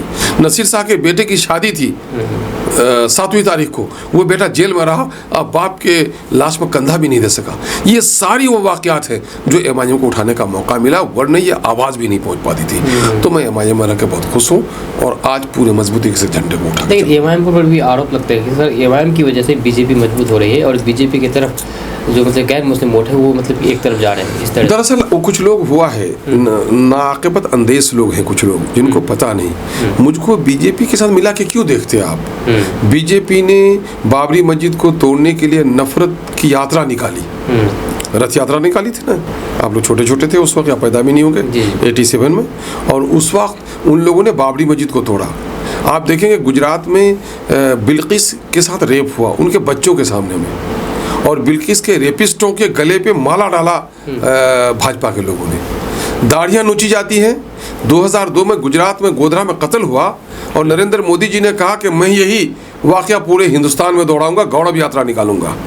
और उस वक्त के वज़ीर आज़म अटल बिहारी वाजपेयी ने कहा था, नरेंद्र मोदी तूने राज धर्म का पालन नहीं किया। तो मुसलमानों की दुश्मनी में BJP काम करती है। हम किसी हिंदू की दुश्मनी में काम करते हैं? किसी के मंदिर के खिलाफ बोलते हैं, किसी के धर्म गुरु के खिलाफ बोलते हैं, किसी के धर्मस्थली के खिलाफ बोलते हैं, हम जटाधारियों के खिलाफ बोलते हैं? नहीं बोलते। तो हमारे बारे में तो कोई बोलते भी नहीं हो, और हम बोलते हैं तो मुझको BJP के साथ शुमार करते हो। ये तो बड़ा अलमिया है यार। ये पागलों का कौल है। अल्लाह के रसूल ने एक बात कही, जब बुराई को देखो तो हाथ से रोको, यानी ताकत से रोको, और ये ताकत ना हो तो जबान से टोको, ये भी ताकत ना हो तो दिल से बुरा समझो अगर इतने कमज़ोर हो। लेकिन तो इतनी ताकत तो हमको है ना, बुराई के खिलाफ बोले। अभी लोग बोलते हैं कि साहब आप लोग तलाक बिल में जिस तरह से अवैसी ने बात की, NRC में अवैसी ने बात की, किसी दूसरे ने बात की। अभी दूसरे लोगों की मजबूरी हो गई है कि वक्त में जो बोलते हैं कि एक ही वोट तो आपने दिया, बाकी तो दूसरे ने दिए। अरे हम नहीं रहते तो तुम इतना वोट देने के लिए तैयार भी नहीं रहते। ये हमारी वजह से हमने जो आवाज़ पहुँचा दी है लोगों तक, अब मजबूरी हो गई है इन मामलों पर साथ देना। तो भाई हमको उसके साथ क्यों कहते हैं? अभी राजद के लोग कहते हैं, अभी था कई दिन पहले, मुस्लिमों की पार्टी का टेक क्यों लग गया सर? अच्छा भाई, मुस्लिमों के पार्टी का टेक लग गया। मैं कह रहा हूँ कि इस मुल्क में शिवसेना बना है कि नहीं बना है? बिल्कुल। तो वो भी तो धार्मिक नाम बना है, तो आप उसको क्यों नहीं रोकते? भाई इलेक्शन कमीशन ऑफ इंडिया में जिन नामों को रजिस्टर्ड करने की इजाज़त है वो कॉन्स्टिट्यूशनल है। अभी लोग कुछ गए थे, सुप्रीम कोर्ट गए थे कि जिन लोगों का धर्म से जुड़ा हुआ नाम है उनको खारिज किया जाए। सुप्रीम कोर्ट ने कहा नहीं, जमहूरियत है, जमहूरियत में गुंजाइश है लोगों की, तो हम दिक्कत कहाँ से है? भाई मैं कह रहा हूँ, मैं किसी के खिलाफ करूँ तब ना। जो मजलूम तबका है, सारे आंकड़े कह रहे हैं, सारी रिपोर्ट्स ये कह रही है। कमीशन की रिपोर्ट आई, Sachar committee, Ranganath Mishra commission, Kundu commission, सब ने ये कहा कि मुसलमानों की हालत ख़राब है। तालीमी एतबार से बहुत पीछे हो गए हैं, इक़्तिसादी एतबार से बहुत पीछे हो गए हैं। इनके अपलिफ्टमेंट के लिए कुछ काम होना चाहिए। कुछ तो किया नहीं। जब कोई कुछ नहीं कर रहा तो हम आवाज़ लगा रहे हैं, इसमें लोगों को बेचैनी क्या है? आप देखेंगे जिस ज़माने में हम लोग अलीगढ़ की लड़ाई लड़ रहे थे, उस ज़माने में जदयू के लीडरों का क्या रोल था? तो हम लोग तो जब भी हक बात उठाते हैं, हक की आवाज़ उठाते हैं, तो बातिल को परेशानी होती है। और यही निशानी रही है कि जब भी आप हक बात उठाएंगे, बातिल को परेशानी होगी, कुछ ना कुछ इल्ज़ाम धरेंगे। इससे हम लोग परवाह नहीं करते हैं। अभी राजद के लोग पहले कहते गठबंधन नहीं करते थे, हमने तो कह दिया, हम जाते थे आवाम में, कहते भाई गठबंधन क्यों नहीं करते हो, तुम लोग काहे नहीं गठबंधन करते, अकेले लड़ते हो। तो मैंने कहा आप गठबंधन करा दीजिए। अब की बार तो गठबंधन के लिए गए थे हम लोग भी, ढोल नगाड़े के साथ। हाँ, ढोल लगा नहीं, पहले तो खत दिया था, 7 जुलाई को हम लोगों ने खत दिया था। तेजस्वी यादव ने कहा कि खत कुछ नहीं, खत नहीं मिला। अब जब खत नहीं मिला, आपको नोटिस आया, नोटिस नहीं मिला, तब तो ढोल ही बजाना था ना हम लोगों को जाके दरवाजे में। अब तो नहीं कसेंगे कि नहीं आया ना, है ना। तो हम लोगों ने हुज्जत तमाम कर दी, है ना। तो उनको मुसलमानों, आप एक बात बताइए कि 3%, 4% जो लोग हैं उसको 20 सीट दे रहे हैं आप। मैं मुसलमानों का इकलौता लीडर अपने आप को नहीं कहता, चलिए आप भी कर रहे हैं। मुसलमानों के 43 लोग होने चाहिए थे असेंबली में, 18% मुसलमान है, 100 में 18, 100 में 18, 36 हो गए, है ना। और 43 में भी हमारा 6-7 का हिस्सा होता है, तो 40-42 होने चाहिए थे। आप जब इलेक्शन लड़ते हैं, यादव भाइयों की तादाद बिहार में 14% है, 14% में से लगभग 6% उनका चला गया है इसमें भाजपा में, 8% बचे हैं। आप 8% यादवों के लिए 58 टिकट देते हैं आप, और 18% मुसलमानों को 17 टिकट देते हैं आप। ये आप इंसाफ कर रहे हैं। तो हम ये बात कहते हैं, तो ये बात दूसरे लोग कर भी पाएंगे क्या? राजद और कांग्रेस के बैठे हुए नेता इतना खुलकर मुसलमानों की वकालत कर भी पाएंगे क्या? अभी जाति आधारित गणना की रिपोर्ट आई है, 13 करोड़ का बिहार हो गया। 13 करोड़ के बिहार में 18% मुसलमान है, 20% शेड्यूल कास्ट है। नौकरी बिहार में 20,49,370 है, जिसकी जितनी आबादी उसकी उतनी हिस्सेदारी होनी थी। शेड्यूल कास्ट की नौकरी 4 लाख होनी थी, 3 लाख दी। हमारी नौकरी होनी थी 3,68,000, 1,73,000 दी, 1,95,000 नौकरी से महरूम रखा। कोई कांग्रेस के लीडर को बोलते हुए सुने, कोई राजद के लीडर को बोलते हुए सुने? क्योंकि सबको शर्म आती है कि नौकरियों की उम्र होती है 30 साल, 35 साल। किसी को 25 साल की उम्र में नौकरी मिल गई, 35 साल नौकरी कर लेगा, किसी को 30 साल की उम्र 30 साल कर लेगा। तो ये नौकरियों का सिलसिला आप देखेंगे, पिछले 35 सालों का मामला है। इन लोगों ने हमारे साथ दब्बे से ले, तो कोई नहीं बोल रहा है, मैं बोल रहा हूँ। एमआईएम ने तो यही दिया ना, लोगों की जबान दी। आप जब गठबंधन के लिए वहाँ पर गए तो मात्र 6 सीट के ले गए, 6 सीट कम से कम दी। मैंने ये कहा कि मिनिमम ये लोग बोलते हैं 40 सीट मांग रहा है, 50 सीट मांग रहा है। इनके जो दोनिया दलाल हैं, गली वाले, ये बोलते रहे साहब आप लोग, इन लोग सब पूछता कि भाई काहे नहीं करते हो गठबंधन? बोला लोग 40 सीट मांग रहे हैं, 50 सीट मांग रहे हैं। तो मैंने उनके कई दोस्त हमारे एमएलए हैं उस पार्टी में, मैंने कहा यार मैं 8-10 सीट दिला दो, 6 सीट भी दोगे तो हम तैयार हैं। लेकिन उस पर आप बोले थे कि 4 गए हैं तो 24 लाएंगे, तो फिर 6 में क्यों अटके? नहीं, हम लोग क्योंकि 2020 में तो 5 सीट जीत गए थे, तो मतलब 2025 में उतना तो भरोसा होना चाहिए कि मतलब चले 5 सीट जीत गए तो जरूर मतलब मेहनत करेंगे। तो मैं बता देता हूँ आपको जी। एक बच्चा था जी, और वो बच्चा गुमशुदा बच्चा था, मिला तो 2 माँ आ गई। ये कह रही थी मेरा बच्चा है, कह रही थी मेरा बच्चा है, गवाही किसी के पास नहीं थी। तो काजी ने कहा लाओ तलवार, इसको काट के मार दो।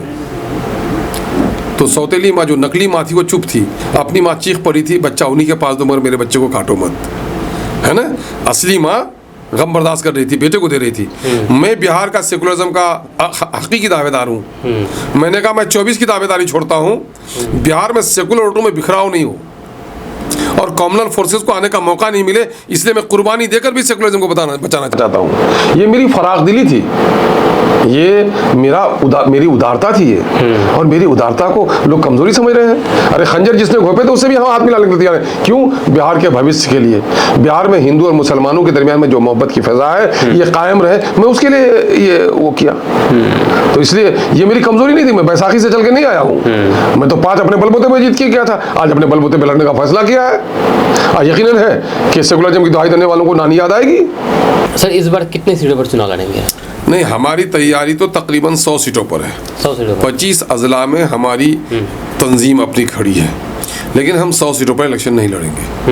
हम अभी तनहा इलेक्शन लड़ते हैं या थर्ड फ्रंट बनाते हैं, ये दोनों बातें हमारी चल रही हैं। तो उसी के एतबार से इसी माह के आखिर तक बैरिस्टर असदुद्दीन ओवैसी साहब के आने का है, हम लोग उसमें इंशाल्लाह तय करेंगे, लेकिन हम मुनासिब सीटों पर लड़ेंगे। मुनासिब सीटों पर लड़ेंगे जी। अच्छा सर, एएमयू के बारे में अगर बात किया जाए तो क्या लगता है कि इस गवर्नमेंट से एएमयू का सपना छोड़ देना चाहिए? नहीं, हमारी कोशिश अपनी जारी रहनी चाहिए। और देखिए एएमयू के ताल्लुक से उस वक्त की जो पार्टी है, अगर वो उसने काम कर दिया होता, सचर कमेटी रंगनाथ मिश्रा कमीशन की रिपोर्ट थी, 2012 में हम लोगों ने तहरीक चलाई थी अक्टूबर को, है ना, और 2013 में भी हुकूमत थी। कोई नहीं है हमारे साथ वफा करने वाला। अगर कांग्रेस चाहती उस वक्त ही पैसे देकर हमारी यूनिवर्सिटी बन जाती, अगर उसको बजट का हिस्सा अलग से बना दिया जाता। ये तमाशा तो उसने करके छोड़ा। और बीजेपी तो मुसलमानों को देखना नहीं चाहती है, तो वो कहाँ से ये करना चाहेगी। अब किशनगंज में बीजेपी के लोगों ने ही ग्रीन ट्रिब्यूनल का मामला, नेशनल क्लीन गंगा मिशन का मसला, ये सब लोग तो यहीं के उठाए।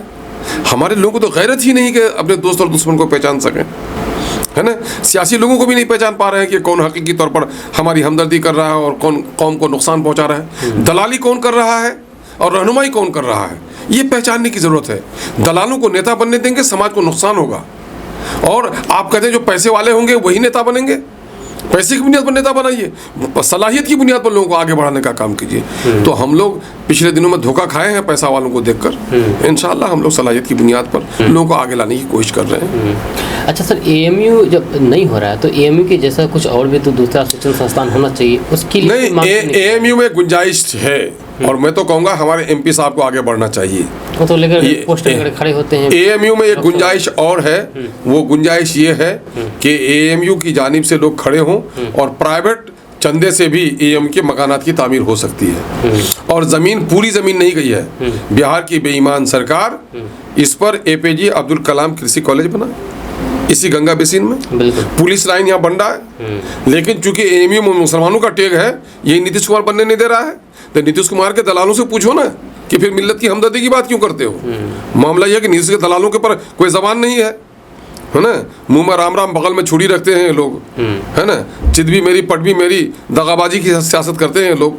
ये साफ तौर पर है बीजेपी कोई ऐसा काम जिससे मुसलमानों का पॉलिटिकल अपलिफ्टमेंट हो, एजुकेशनल अपलिफ्टमेंट हो, यानी ऊपर चढ़े, ऐसा होने नहीं देना चाहती है। लेकिन मुसलमानों को भी खड़ा होना चाहिए। मुसलमानों को खड़ा इस माने होना चाहिए कि मुसलमानों को अपने तालीमी इदारे ठीक करने चाहिए, है ना। अगर नकाब वाला मसला आया था कर्नाटका में, एक बेटी का हिजाब पर पाबंदी लगी थी, 32 कॉलेज वहाँ के मुसलमानों ने एफिलिएट किए और हम सिर्फ जलसे में रह जाते हैं और जनाजे में रह जाते हैं। अरे हम भी तो माइनॉरिटी के कुछ इंस्टीट्यूट खड़े करें ना यार, कर सकते हैं बिल्कुल। तो हमारा सारा पैसा तो बारात में चला जाता है, या मकान की आराइशों से 22 में चला जाता है, या शादी की फजूल खर्ची में। इस कौम को भी अपने मुस्तकबिल के बारे में संजीदा नहीं है हम, और जो कौम अपने मुस्तकबिल के बारे में संजीदा नहीं होती, कोई हुकूमत उसे उठा नहीं सकती। खुदा ने कह दिया कुरान में, जब तक कोई कौम तब्दील होना नहीं चाहेगी मैं भी उसकी हालत नहीं बदलूंगा। तो उसमें बड़ा कसूर हमारा भी है। हम लोग को चाहिए कि अपने इंस्टीट्यूट खड़े करें। अगर मानो चले आप सरकार के हिस्से में, सरकार के साथ होते या फिर होंगे भविष्य में, तो सबसे पहली प्राथमिकता क्या होगी आपकी? किन चीज़ों पर सीमांचल के लिए काम करना चाहिए? देखिए, सबसे पहली प्राथमिकता तो मैं कहूँगा मेरी ज़िंदगी का उसूल ये रहा है कि जो निज़ाम आए, अगर उसमें हमको मौका मिले तो मुल्क में इंसाफ कायम हो। अगर स्टेट में हमारी पॉलिटिकल भागीदारी तय होगी तो मैं कहूँगा इंसाफ करो, जिसका जो हक मिलता है उसका हक दो। अभी हमारे हुकूक की पामाली कितनी हो रही है।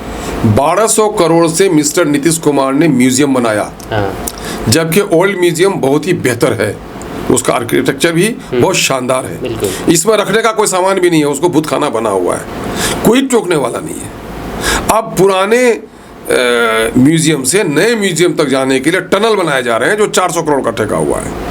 और सीमांचल में अब पुल के लोग हम लोग लड़ते हैं, सीमांचल में एक हॉस्पिटल की लड़ाई लड़ते हैं। तो मैं तो ये कहूँगा, मैं दबाव भी डालता हूँ कि सरकार मुनसिफाना अमल करे। ये बिहार 13 करोड़ बिहारियों का है, अगर इस बिहार में कुछ तरक्की हो तो 13 करोड़ लोगों का हिस्सेदारी हो, मैं ये करूँगा। और मेरी तो एक लड़ाई है, सीमांचल डेवलपमेंट काउंसिल एक मेरा परमानेंट इशू है।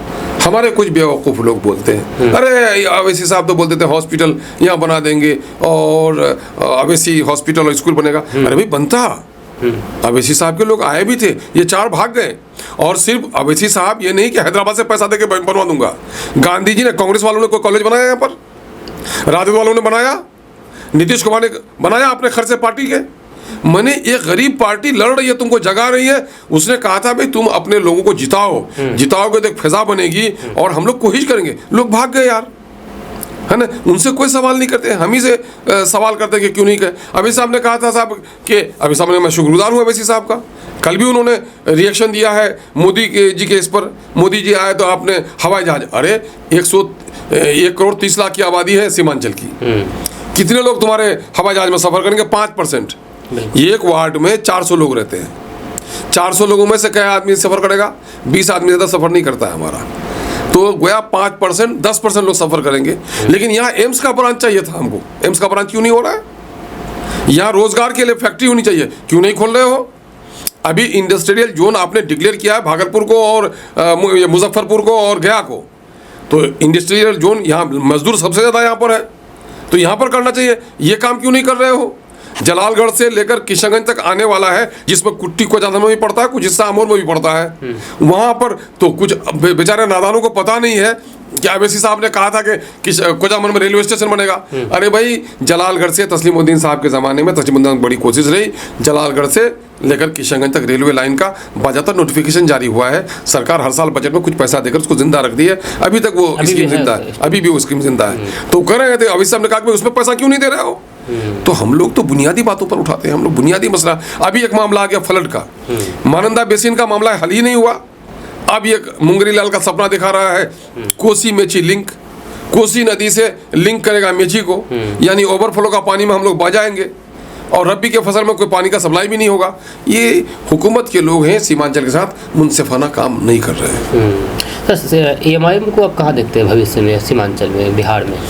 एमआईएम को मैं कहाँ देखूँ? एमआईएम को अगर बिहार की आवाम अगर इनको फिक्र है इस बात की कि इस बिहार में मांझियों का लीडर हो गया, मुसर भाई का लीडर हो गया, पासवान का लीडर हो गया, कोयरी कुर्मी का लीडर हो गया, जादव भाइयों का लीडर हो गया, अगर तुम अपनी लीडरशिप खड़ी करना चाहते हो, इससे बेहतर कोई प्लेटफॉर्म नहीं है। अपनी लीडरशिप को खड़ी करने का बेहतरीन तरीका है, और हम हुकूमत बनाने का नहीं, हम सेकुलर ताकतों के साथ हर जगह खड़े हैं। लेकिन ये है कि सेकुलर पार्टियों में हमारी आवाज़ दबा दी जाती है, हम अपनी आवाज़ के साथ इनकी आवाज़ बने। और जो इस वक्त कोलिशन गवर्नमेंट का बगैर गठबंधन के बिहार में हुकूमत नहीं बन पाएगी। कैंडिडेट का ऐलान कब होगा और किस तरह के कैंडिडेट देने जा रहे हैं इस बार आप? बड़े बड़े लोगों का ऐलान हुआ क्या? किसी का नहीं हुआ अभी। तब तो लेकिन किसी अब बड़े मियाँ क्या है, अभी सेवी पकी ही नहीं, गरीब क्या कहते हो सेवी क्यों नहीं पक रही ईद की यार? क्योंकि एक कैंडिडेट पहले ही घोषणा कर चुके ना। नहीं, एक नहीं, दो तौसीफ आलम साहब का ऐलान हुआ है और राना रंजीत साहब का ऐलान हुआ है। दो का ऐलान हुआ है, बाकी का ऐलान होगा। अभी हमारा गठबंधन की कोशिश चल रही है हमारी। अगर गठबंधन बनाने में कामयाब हो जाते हैं तो उसके बाद इंशाल्लाह बहुत अनकरीब करेंगे हम ऐलान। अच्छा, एक महत्वपूर्ण सवाल ये है कि हैदराबाद के अलावा एमआईएम पार्टी जहाँ भी जाती है, जहाँ भी जीत दर्ज करती है, तो दूसरी बार वो जीत क्यों नहीं पाती है? हम लोग बाई इलेक्शन जीते थे, फिर जीते हैं, दोबारा जीते हैं उसी सीट से, वही कैंडिडेट, और वही कैंडिडेट नहीं जीत सका वहाँ पर, अलग बात है।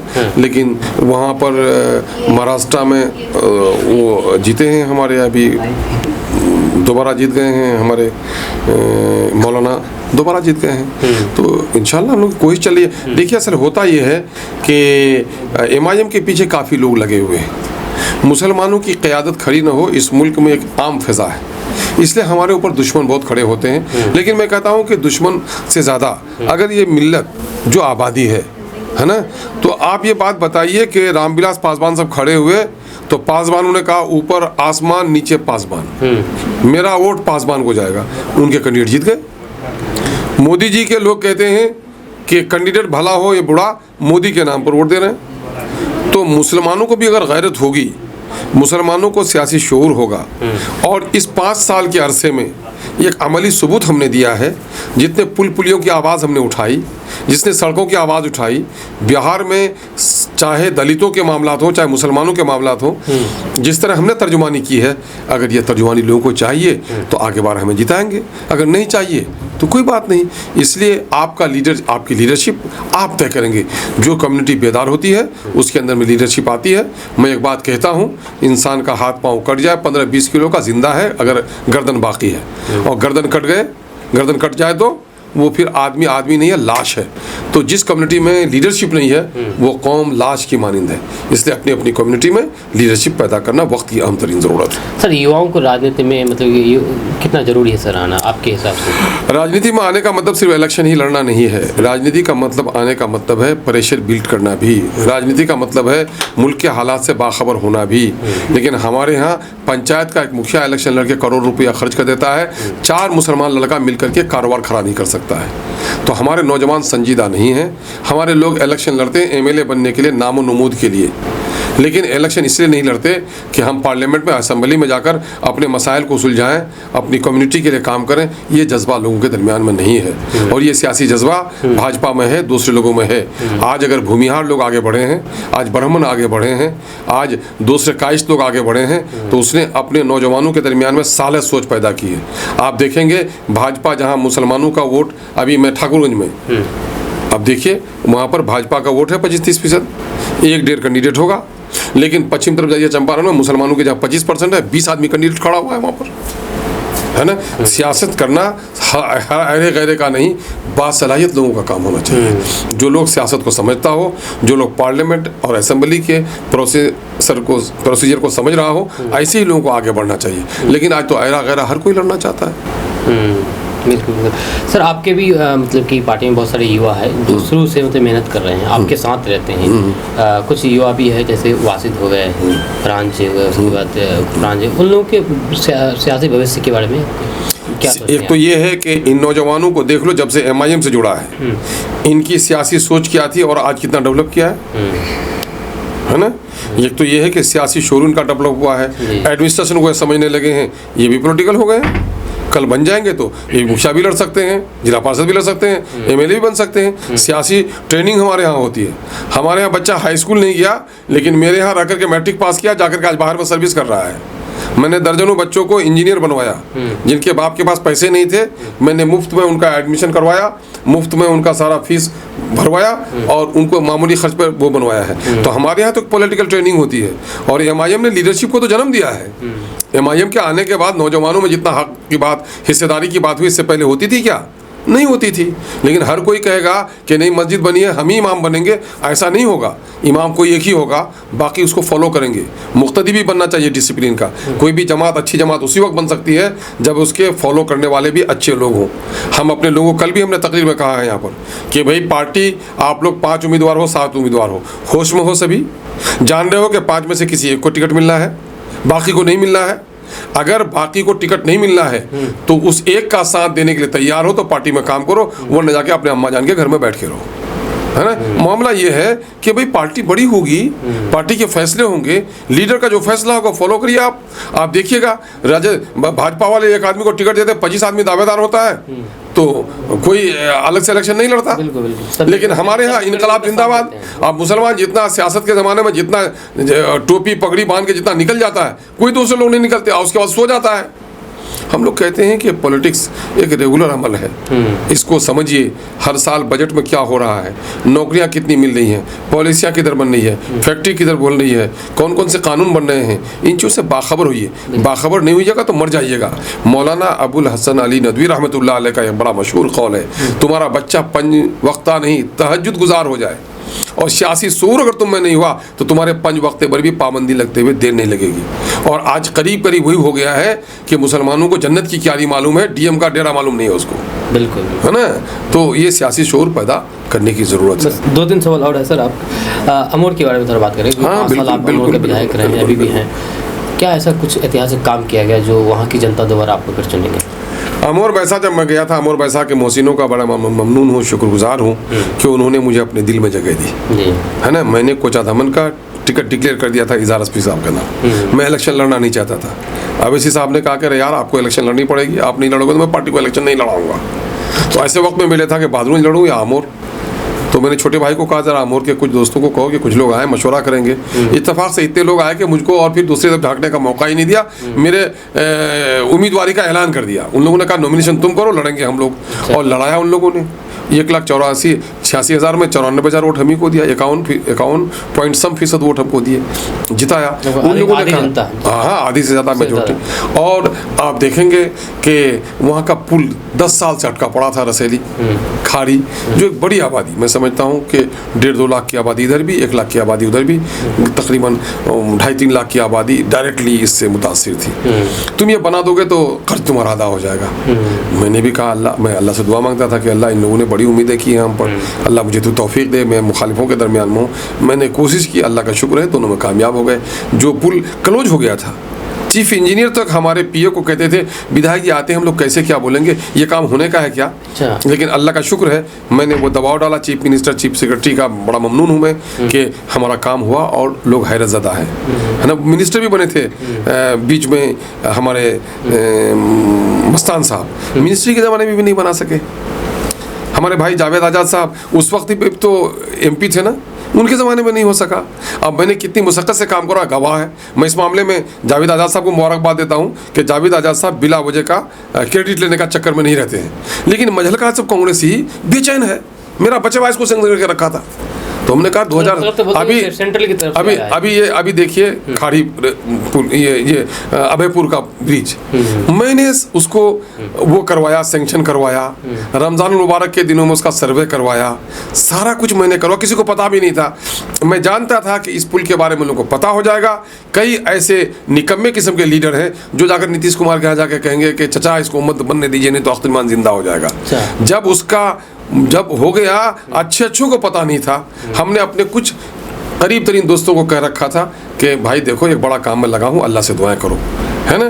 तो अल्लाह का शुक्र है वो काम हुआ। डॉक्टर जावेद कहते हैं कि ये तो सेंट्रल का काम है, मेरा हिसाब से साइन लगा है। नादानी की बात बोलते होंगे, उसका जुमला है तो मैं रूबरू जवाब दूंगा कि स्कीम सेंटर की नहीं है, वो स्टेट की रकम से बनी है, स्टेट की रकम से बनी है। और वो है ना, और ये है कि जो केंद्र की योजनाएं होती हैं, बहुत सारी जो प्रधानमंत्री ग्राम से में उसमें शेयर होता है। कोशिश किसने की है, सेंटर के पैसे के लिए भी हम कोशिश कर रहे हैं, कोशिश किसने की है, बिहार हुकूमत पर दबाव किसने डाला, सर्वे किसने करवाया, ये सारा बता तो दे कोई मेरे अलावा, है ना। जब पार्लियामेंट्री इलेक्शन का नोटिफिकेशन जिस दिन जारी हुआ उसी दिन एमडी ने हमको फ़ोन किया, सर आपका वो हो गया। 12 बजे मैं पोठिया में था, आकर मैंने उसी दिन एक गोया संग बुनियाद की एक तकरीब हमने की वहाँ पर अभयपुर पुल के लिए। उससे भी लोग कह रहे थे कि साहब ये गलत है, झूठ है। 20 में के इलेक्शन में क्यों नहीं बोल रहे थे, पार्लियामेंट्री इलेक्शन में कि हम पुल बनवा रहे हैं, क्यों नहीं बोल पा रहे थे? इसलिए नहीं बोल रहे थे कि अखलाकी एतबार से दबाव में थे कि जो काम मैंने नहीं कराया है उसको नहीं बोलूं। इस मामले में तो उनका अखलाक अब तक ऐसा रहा है। सर अमोर में मतलब कि राजनीतिक लोगों द्वारा, आम लोगों ने राजनीतिक लोगों द्वारा सुनने में आया कि बाहरी और स्थानीय की बात बता रहे हैं कि अब बाहरी मतलब कि लोगों को नहीं कर देंगे। गालिब कर कहे कोई बुरा तो इसका बुरा न मान, ऐसा जहाँ में कौन है जिसको अच्छा कहे सभी। 100% लोगों ने तो नबियों को अच्छा नहीं कहा यार। गांधी ने जान दी थी मुल्क को आज़ाद कराने के लिए, 100% लोगों ने उसका समर्थन नहीं किया। तो आपको जो मैं 1,84,000 वोटों में, 1,86,000 वोटों में जो 51,000 वोट मुझको मिला, अब बाकी 94,000 वोट मुझको मिला, उधर जो रेस्ट वो रहा वो मेरा मुखालिफ है कि नहीं है। बिल्कुल। बेचारे मस्तान साहब लड़ने के लायक नहीं है, लेकिन उसके कुछ चौधरी लोग हैं बस्ती बस्ती में जो मस्तान साहब के नाम पर दादागिरी करते थे, वो बेचारे दुबले हो गए हैं। वो बेचारे हमारे खिलाफ नहीं बोलेंगे क्या? मैंने भी कहा है वहाँ जाकर कि सड़क किनारे बनाओ तो मुमकिन है कभी हादसे में घर टूट जाए, नदी के किनारे बनाओ तो कभी सैलाब में बह जाए, लेकिन अख्तर ने तो अमर बैसा के लोगों के दिलों में घर बनाया है। ये आंधी और तूफान में घर टूटने वाला नहीं है। ये 2-4 लड़के हैं जो इस तरह की ओछी हरकत करते हैं। अमर बैसा की आवाम, अल्लाह का शुक्र है, अख्तर को अब भी दिल में जगह दे रखा है। सर लास्ट बस KDV लाइव और सीमांचल की जनता के लिए आपका क्या संदेश रहेगा? मैं मीडिया के लोगों से एक बात कहता हूँ, मीडिया के लोग कहते हैं हम गैर जानिबदार हैं। कुछ लोग दौलत के खातिर, लालच के खातिर तरफदार हो जाते हैं। मैंने कहा कि लंबे समय तक अगर मीडिया को आगे बढ़ाना चाहते हो तो न तरफदार बनो न गैर जानिबदार बनो। गैर जानिबदार का मतलब थर्ड जेंडर जी, है ना। तो न जानिबदार बनो न गैर जानिबदार बनो, हक के तरफदार बनो। हक की तरफदारी करोगे, लोग आज नहीं कल आप पर विश्वास करेंगे, देर तक कायम रहोगे। अख्तर सच है बोलो, गलत है तो बोलो। आईना की तरह बन जाओ। आईना गरीब के बच्चे को घोड़ा देखती है, आईना घोड़ा बोले, और शहजादे को भी काला देखे तो काला बोले। ये काम होना चाहिए मीडिया का। ये जो लोग कहते हैं कि हमको आईना दिखा रहे हैं, दिखा देते हैं, नहीं, हमको असरअंदाज भी होना है। मीडिया का बड़ा रोल है। ये चौथा स्तंभ है डेमोक्रेसी का।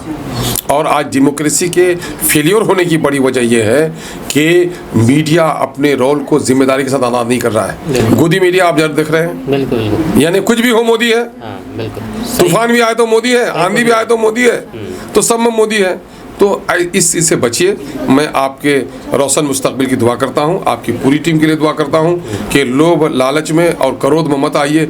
जो सच्चाई है उसको लेकर आगे बढ़िए। मैं समझता हूँ कि इस वक्त मीडिया की बड़ी ज़रूरत है और आप लोगों ने मीडिया में कदम रखकर एक बड़ा काम किया है। मैं इसके लिए आपको मुबारकबाद देता हूँ। बहुत बहुत शुक्रिया सर। सीमांचल की जनता के लिए कोई संदेश? सीमांचल की जनता के लिए यही संदेश है कि सीमांचल के लोगों आंखें खोलो। कितने बेटे तुम्हारे प्रदेश में, कितनी माओं को पड़ोसी दफनाता है, बेटा नहीं आ पाता है, कितने बच्चे हैं बाप के साये से महरूम हैं। और इसकी बड़ी वजह हमारी गुर्बत है, और हमारी गुर्बत की बड़ी वजह यह है कि सरकारों ने हमें अपने पॉलिसी, तरक्की की पॉलिसी में हमको हिस्सेदार नहीं बनाया। आज़ादी के वक्त हम सबसे अमीर थे, खगड़ा मेला उसका प्रमाण था कि बिहार में खगड़ा मेला लगता था, सबसे कीमती चीज़ें यहाँ बिकती थी। हम खरीदार थे तभी तो मेला लगता था, हम अमीर थे तभी तो बिहार से बाहर के मजदूर हमारे यहाँ आते थे। लेकिन आज हमारा दुर्गत सरकार की बदनीयती की वजह से हमारी दुर्गत हो गई है। इसलिए अपने ऐसे लीडरों को चुनो जो सीमांचल के हक मारी के खिलाफ लड़ने वाला हो, और ये लड़ो अपने हक के लिए, ताकि तुम्हारे बच्चे तालीम याफ्ता बन सकें, हॉस्पिटल अच्छा कायम हो सके, रोजगार के मौके आ सकें। सर, आपका MIM से जुड़ने का सबसे बड़ी वजह क्या थी? मैं दरअसल जिन पार्टियों में रहा, मैं लंबे अरसे तक राजद में रहा, 15 दिन के लिए मैंने जदयू में भी रहा। तो मुझको घुटन इस बात का महसूस हुआ कि मिली मसाइल पर, मुसलमानों के मसले पर और सीमांचल के मसले पर लब खोलकर बोलने वाला कोई नहीं है, आज़ादी गोया नहीं है। तो मैंने उन पार्टियों से के बेहतर मुझे तलाश थी कि कोई ऐसी पार्टी हो जो अपने रीजनल, हमारा जो मसला है सीमांचल का, ये हल हो सके और अपनी आवाज़ पर कोई पाबंदी न रहे। तो मैंने बैरिस्टर असदुद्दीन ओवैसी साहब को बेबाकी के साथ लड़ते देखा, और बैरिस्टर असदुद्दीन ओवैसी साहब जब हमारी दावत पर SIF समाजी इंसाफ फ्रंट की दावत पर पहली बार आए, सीमांचल के मसाइल और हल पर उन्होंने बेपाकाना गुफ्तगू की, तो मुझे लगा कि इसका दामन पकड़ना चाहिए और ये सच हमारी वकालत करेगा। अल्हम्दुलिल्लाह उस पार्टी का झंडा उठाकर मैंने बिहार की असम्बली में 75 सालों के दरमियान में पहली मुस्लिम क़यादत को लेकर खड़ा हुआ, और बैरिस्टर असदुद्दीन ओवैसी साहब ने सीमांचल के दर्जनों मसाइल को पार्लियामेंट में उठाया। सर, आप इतने टाइम से राजनीति में हैं, अब तक आपको सबसे ज़्यादा संघर्ष किस चीज़ के लिए करना पड़ा है? मुझे संघर्ष करना पड़ रहा है उन बातिल ताकतों से। मैं दलालों से लड़ता रहा हूँ और दलालों से अब भी लड़ता हूँ। मैं इस समाज के लिए बोलता हूँ, इस समाज के लिए चोर और डाकू उतना नुकसानदेह नहीं है जितना दलाल नुकसानदेह है। दलाल की कई शक्लें हैं, वो गाय बैल के बाज़ारों में भी दलाल है, लेकिन उससे कई गुना ज़्यादा सियासत के मैदान में दलाल है। आम आवाम ने की ताकत पर मैं खड़ा हूँ, गरीबों, किसानों और मजदूरों ने मुझे अपने दिल पे बैठाया है। दलालों से मेरी लड़ाई है और दलालों ने ही मुझे परेशान कर रखा है। जी सर, बिहार की जो अभी मौजूदा राजनीति है उसके बारे में आपकी क्या राय है? कि अभी बिहार की मौजूदा राजनीति जो है, इसमें सिर्फ सरदारी की फिक्र है। लोग बिहार के सत्ता पर काबिज रहना चाहते हैं, सरकार बनाना चाहते हैं, जनता के मसाइल के बारे में किसी को भी तवज्जो नहीं है। अभी जो वर्तमान सरकार है नीतीश की और भाजपा की, इसको तो सीमांचल का ख्याल ही नहीं आता। लेकिन जो लोग गठबंधन के लोग हैं, महागठबंधन के लोग या इंडिया गठबंधन के लोग, उनके नेता तेजस्वी साहब आए थे इलेक्शन में 2020 के। उन्होंने कहा था, साहब हमारे हैदराबादी भाई को बिरयानी खिला के हैदराबाद भेज दो, मेरी सरकार बन जाएगी तो मैं सीमांचल डेवलपमेंट काउंसिल बनाऊंगा। 18 महीना सरकार रही, सीमांचल का सीन भी उनको याद नहीं आया। तो इसलिए आवाम के लिए काम लोग नहीं कर रहे हैं, अपने ख़ानदान के लिए काम कर रहे हैं, अपनी दौलत के लिए काम कर रहे हैं, सत्ता का बागडोर संभालने के लिए कर रहे हैं, आवाम के लिए मुखलिस नहीं है लोग। सर, RJD और JDU में और MIM में फ़र्क क्या है सर? अब ये बात तो आप महसूस करेंगे, जहाँ मेरे बारे में तो फ़र्क, मैं काला कलौटा हूँ या गोरा हूँ, मैं खुद से कैसे बोलूँ वो आप बोलेंगी। लेकिन जहाँ तक मैं समझता हूँ, जदयू ने भाजपा का साथ देकर फ़िरका परस्ती का सबूत दिया है, और राजद को मैं फ़िरका परस्त तो नहीं कहूँगा, लेकिन मौका परस्त हैं ये लोग, और हमको दोनों ने लूटा है। मौका परस्तों ने भी जब इनको मौका मिला दौलत लूटा, मेरा हक नहीं दिया, और इनका फ़िरका परस्तों को जब भी मौका मिला मेरी गर्दन काटी, मेरी हिफाजत नहीं की। तो इधर फ़िरका परस्त भी हैं, इधर मौका परस्त भी हैं। मैं असम्बली में एक शेर पढ़ता हूँ अक्सर, भाग कर किधर जाऊँ इस सियासी जंगल में, एक तरफ दरिंदा है एक तरफ शिकारी है। तो ये हाल है इन लोगों का। तो सर, अभी जो सीमांचल जो है वो काफ़ी पीछे है, तो सर इसको सबसे ज़्यादा नज़रअंदाज किसने किया है? सब लोगों ने, जो लोग भी इक़्तिदार में रहे सब लोगों ने किया। नीतीश 20 साल से हैं, 20 साल से भी कर रहे हैं, और 20 साल से पहले लोग जो किए वो मुजरिम हैं। और आपको इस बात के लिए मुबारकबाद देना चाहिए कि सीमांचल के साथ ये हकमारी हुई, नाइंसाफ़ी हुई, MIM के अलावा कोई पार्टी आवाज़ नहीं उठा सकी। जी सर, सीमांचल जो है वो सबसे ज़्यादा पिछड़ा है, तो इसका सबसे बड़ा कारण क्या है? हुकूमत की नाइंसाफ़ी और हम सीमांचल वासियों की बेशऊरी। सीमांचल के लोग अपने लीडर को चुनते रहे, ये लीडर जाकर सरकार बनाते रहे, मंत्री बनते रहे, सीमांचल के हक के लिए नहीं लड़े। सीमांचल के लिए हक के लिए न लड़े तो ऐसे लोगों की ज़मानत जब्त होनी चाहिए। जो सीमांचल के लिए लड़े उनको आगे अगर बढ़ाएगी कौम तो यकीनन है कि सीमांचल में तब्दीली आएगी। सर, समाज की जो नफरत की राजनीति है उसके बारे में आप कुछ कहना चाहेंगे? यकीनन है वो सबसे बड़ा मसला है देश का। इस देश का मसला हम आसमान में जाके चांद को ज़मीन पर उतारें, ये हमारी कामयाबी नहीं है। इस मुल्क की कामयाबी है, शक्ति भी, सुख भी, शांति भी भक्तों के गीत में है। इस देश के वासियों की मुक्ति प्रीत में है, मोहब्बत की फिजा। बीजेपी वालों ने तो गोया नफरत की आग लगा रखी है। और इन आग लगाने, अगर 2002 के गुजरात के दंगे का इंसाफ कर लेती उस वक्त की यूपीए की सरकार, तो आज इन दंगाइयों को गद्दी पर बैठने का मौका नहीं मिलता।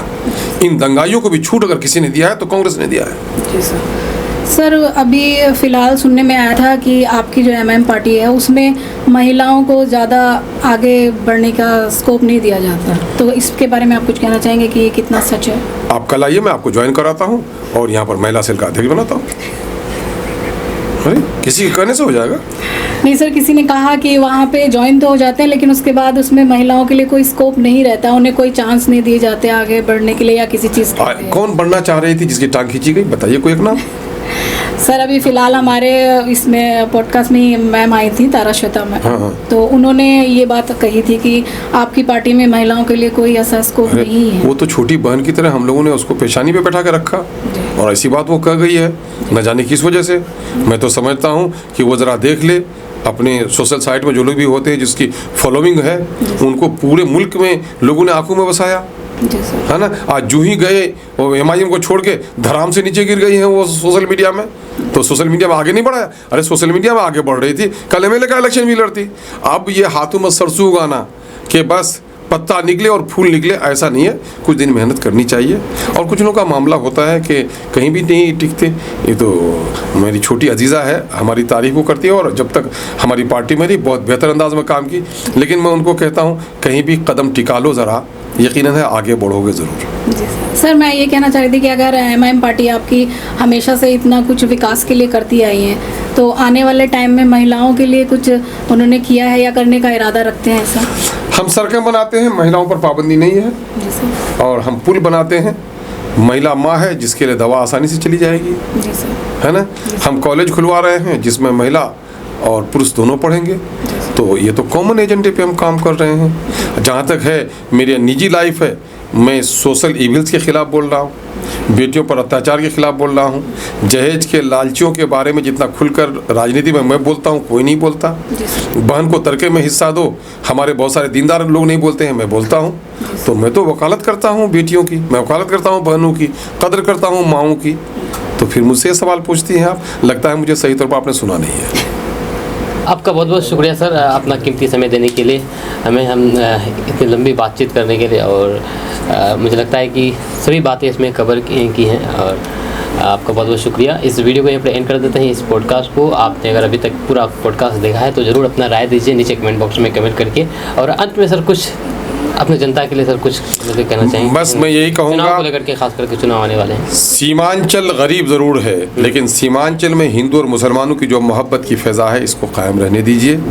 और सियासत में रिश्ते की बुनियाद पर, पैसे की बुनियाद पर नहीं, सलाहियत की बुनियाद पर लोगों का इंतखाब कीजिए। लीडर अच्छा होगा तो समाज अच्छा बनेगा, हिंदू और मुसलमान में अमन व अमान रहेगा तो इलाके में तरक्की आएगी। बहुत बहुत शुक्रिया सर हमसे बात करने के लिए। इस पॉडकास्ट को यहाँ पर एंड कर देते हैं, मिलते हैं नेक्स्ट वीडियो के साथ। तब तक के लिए जय हिंद, जय भारत।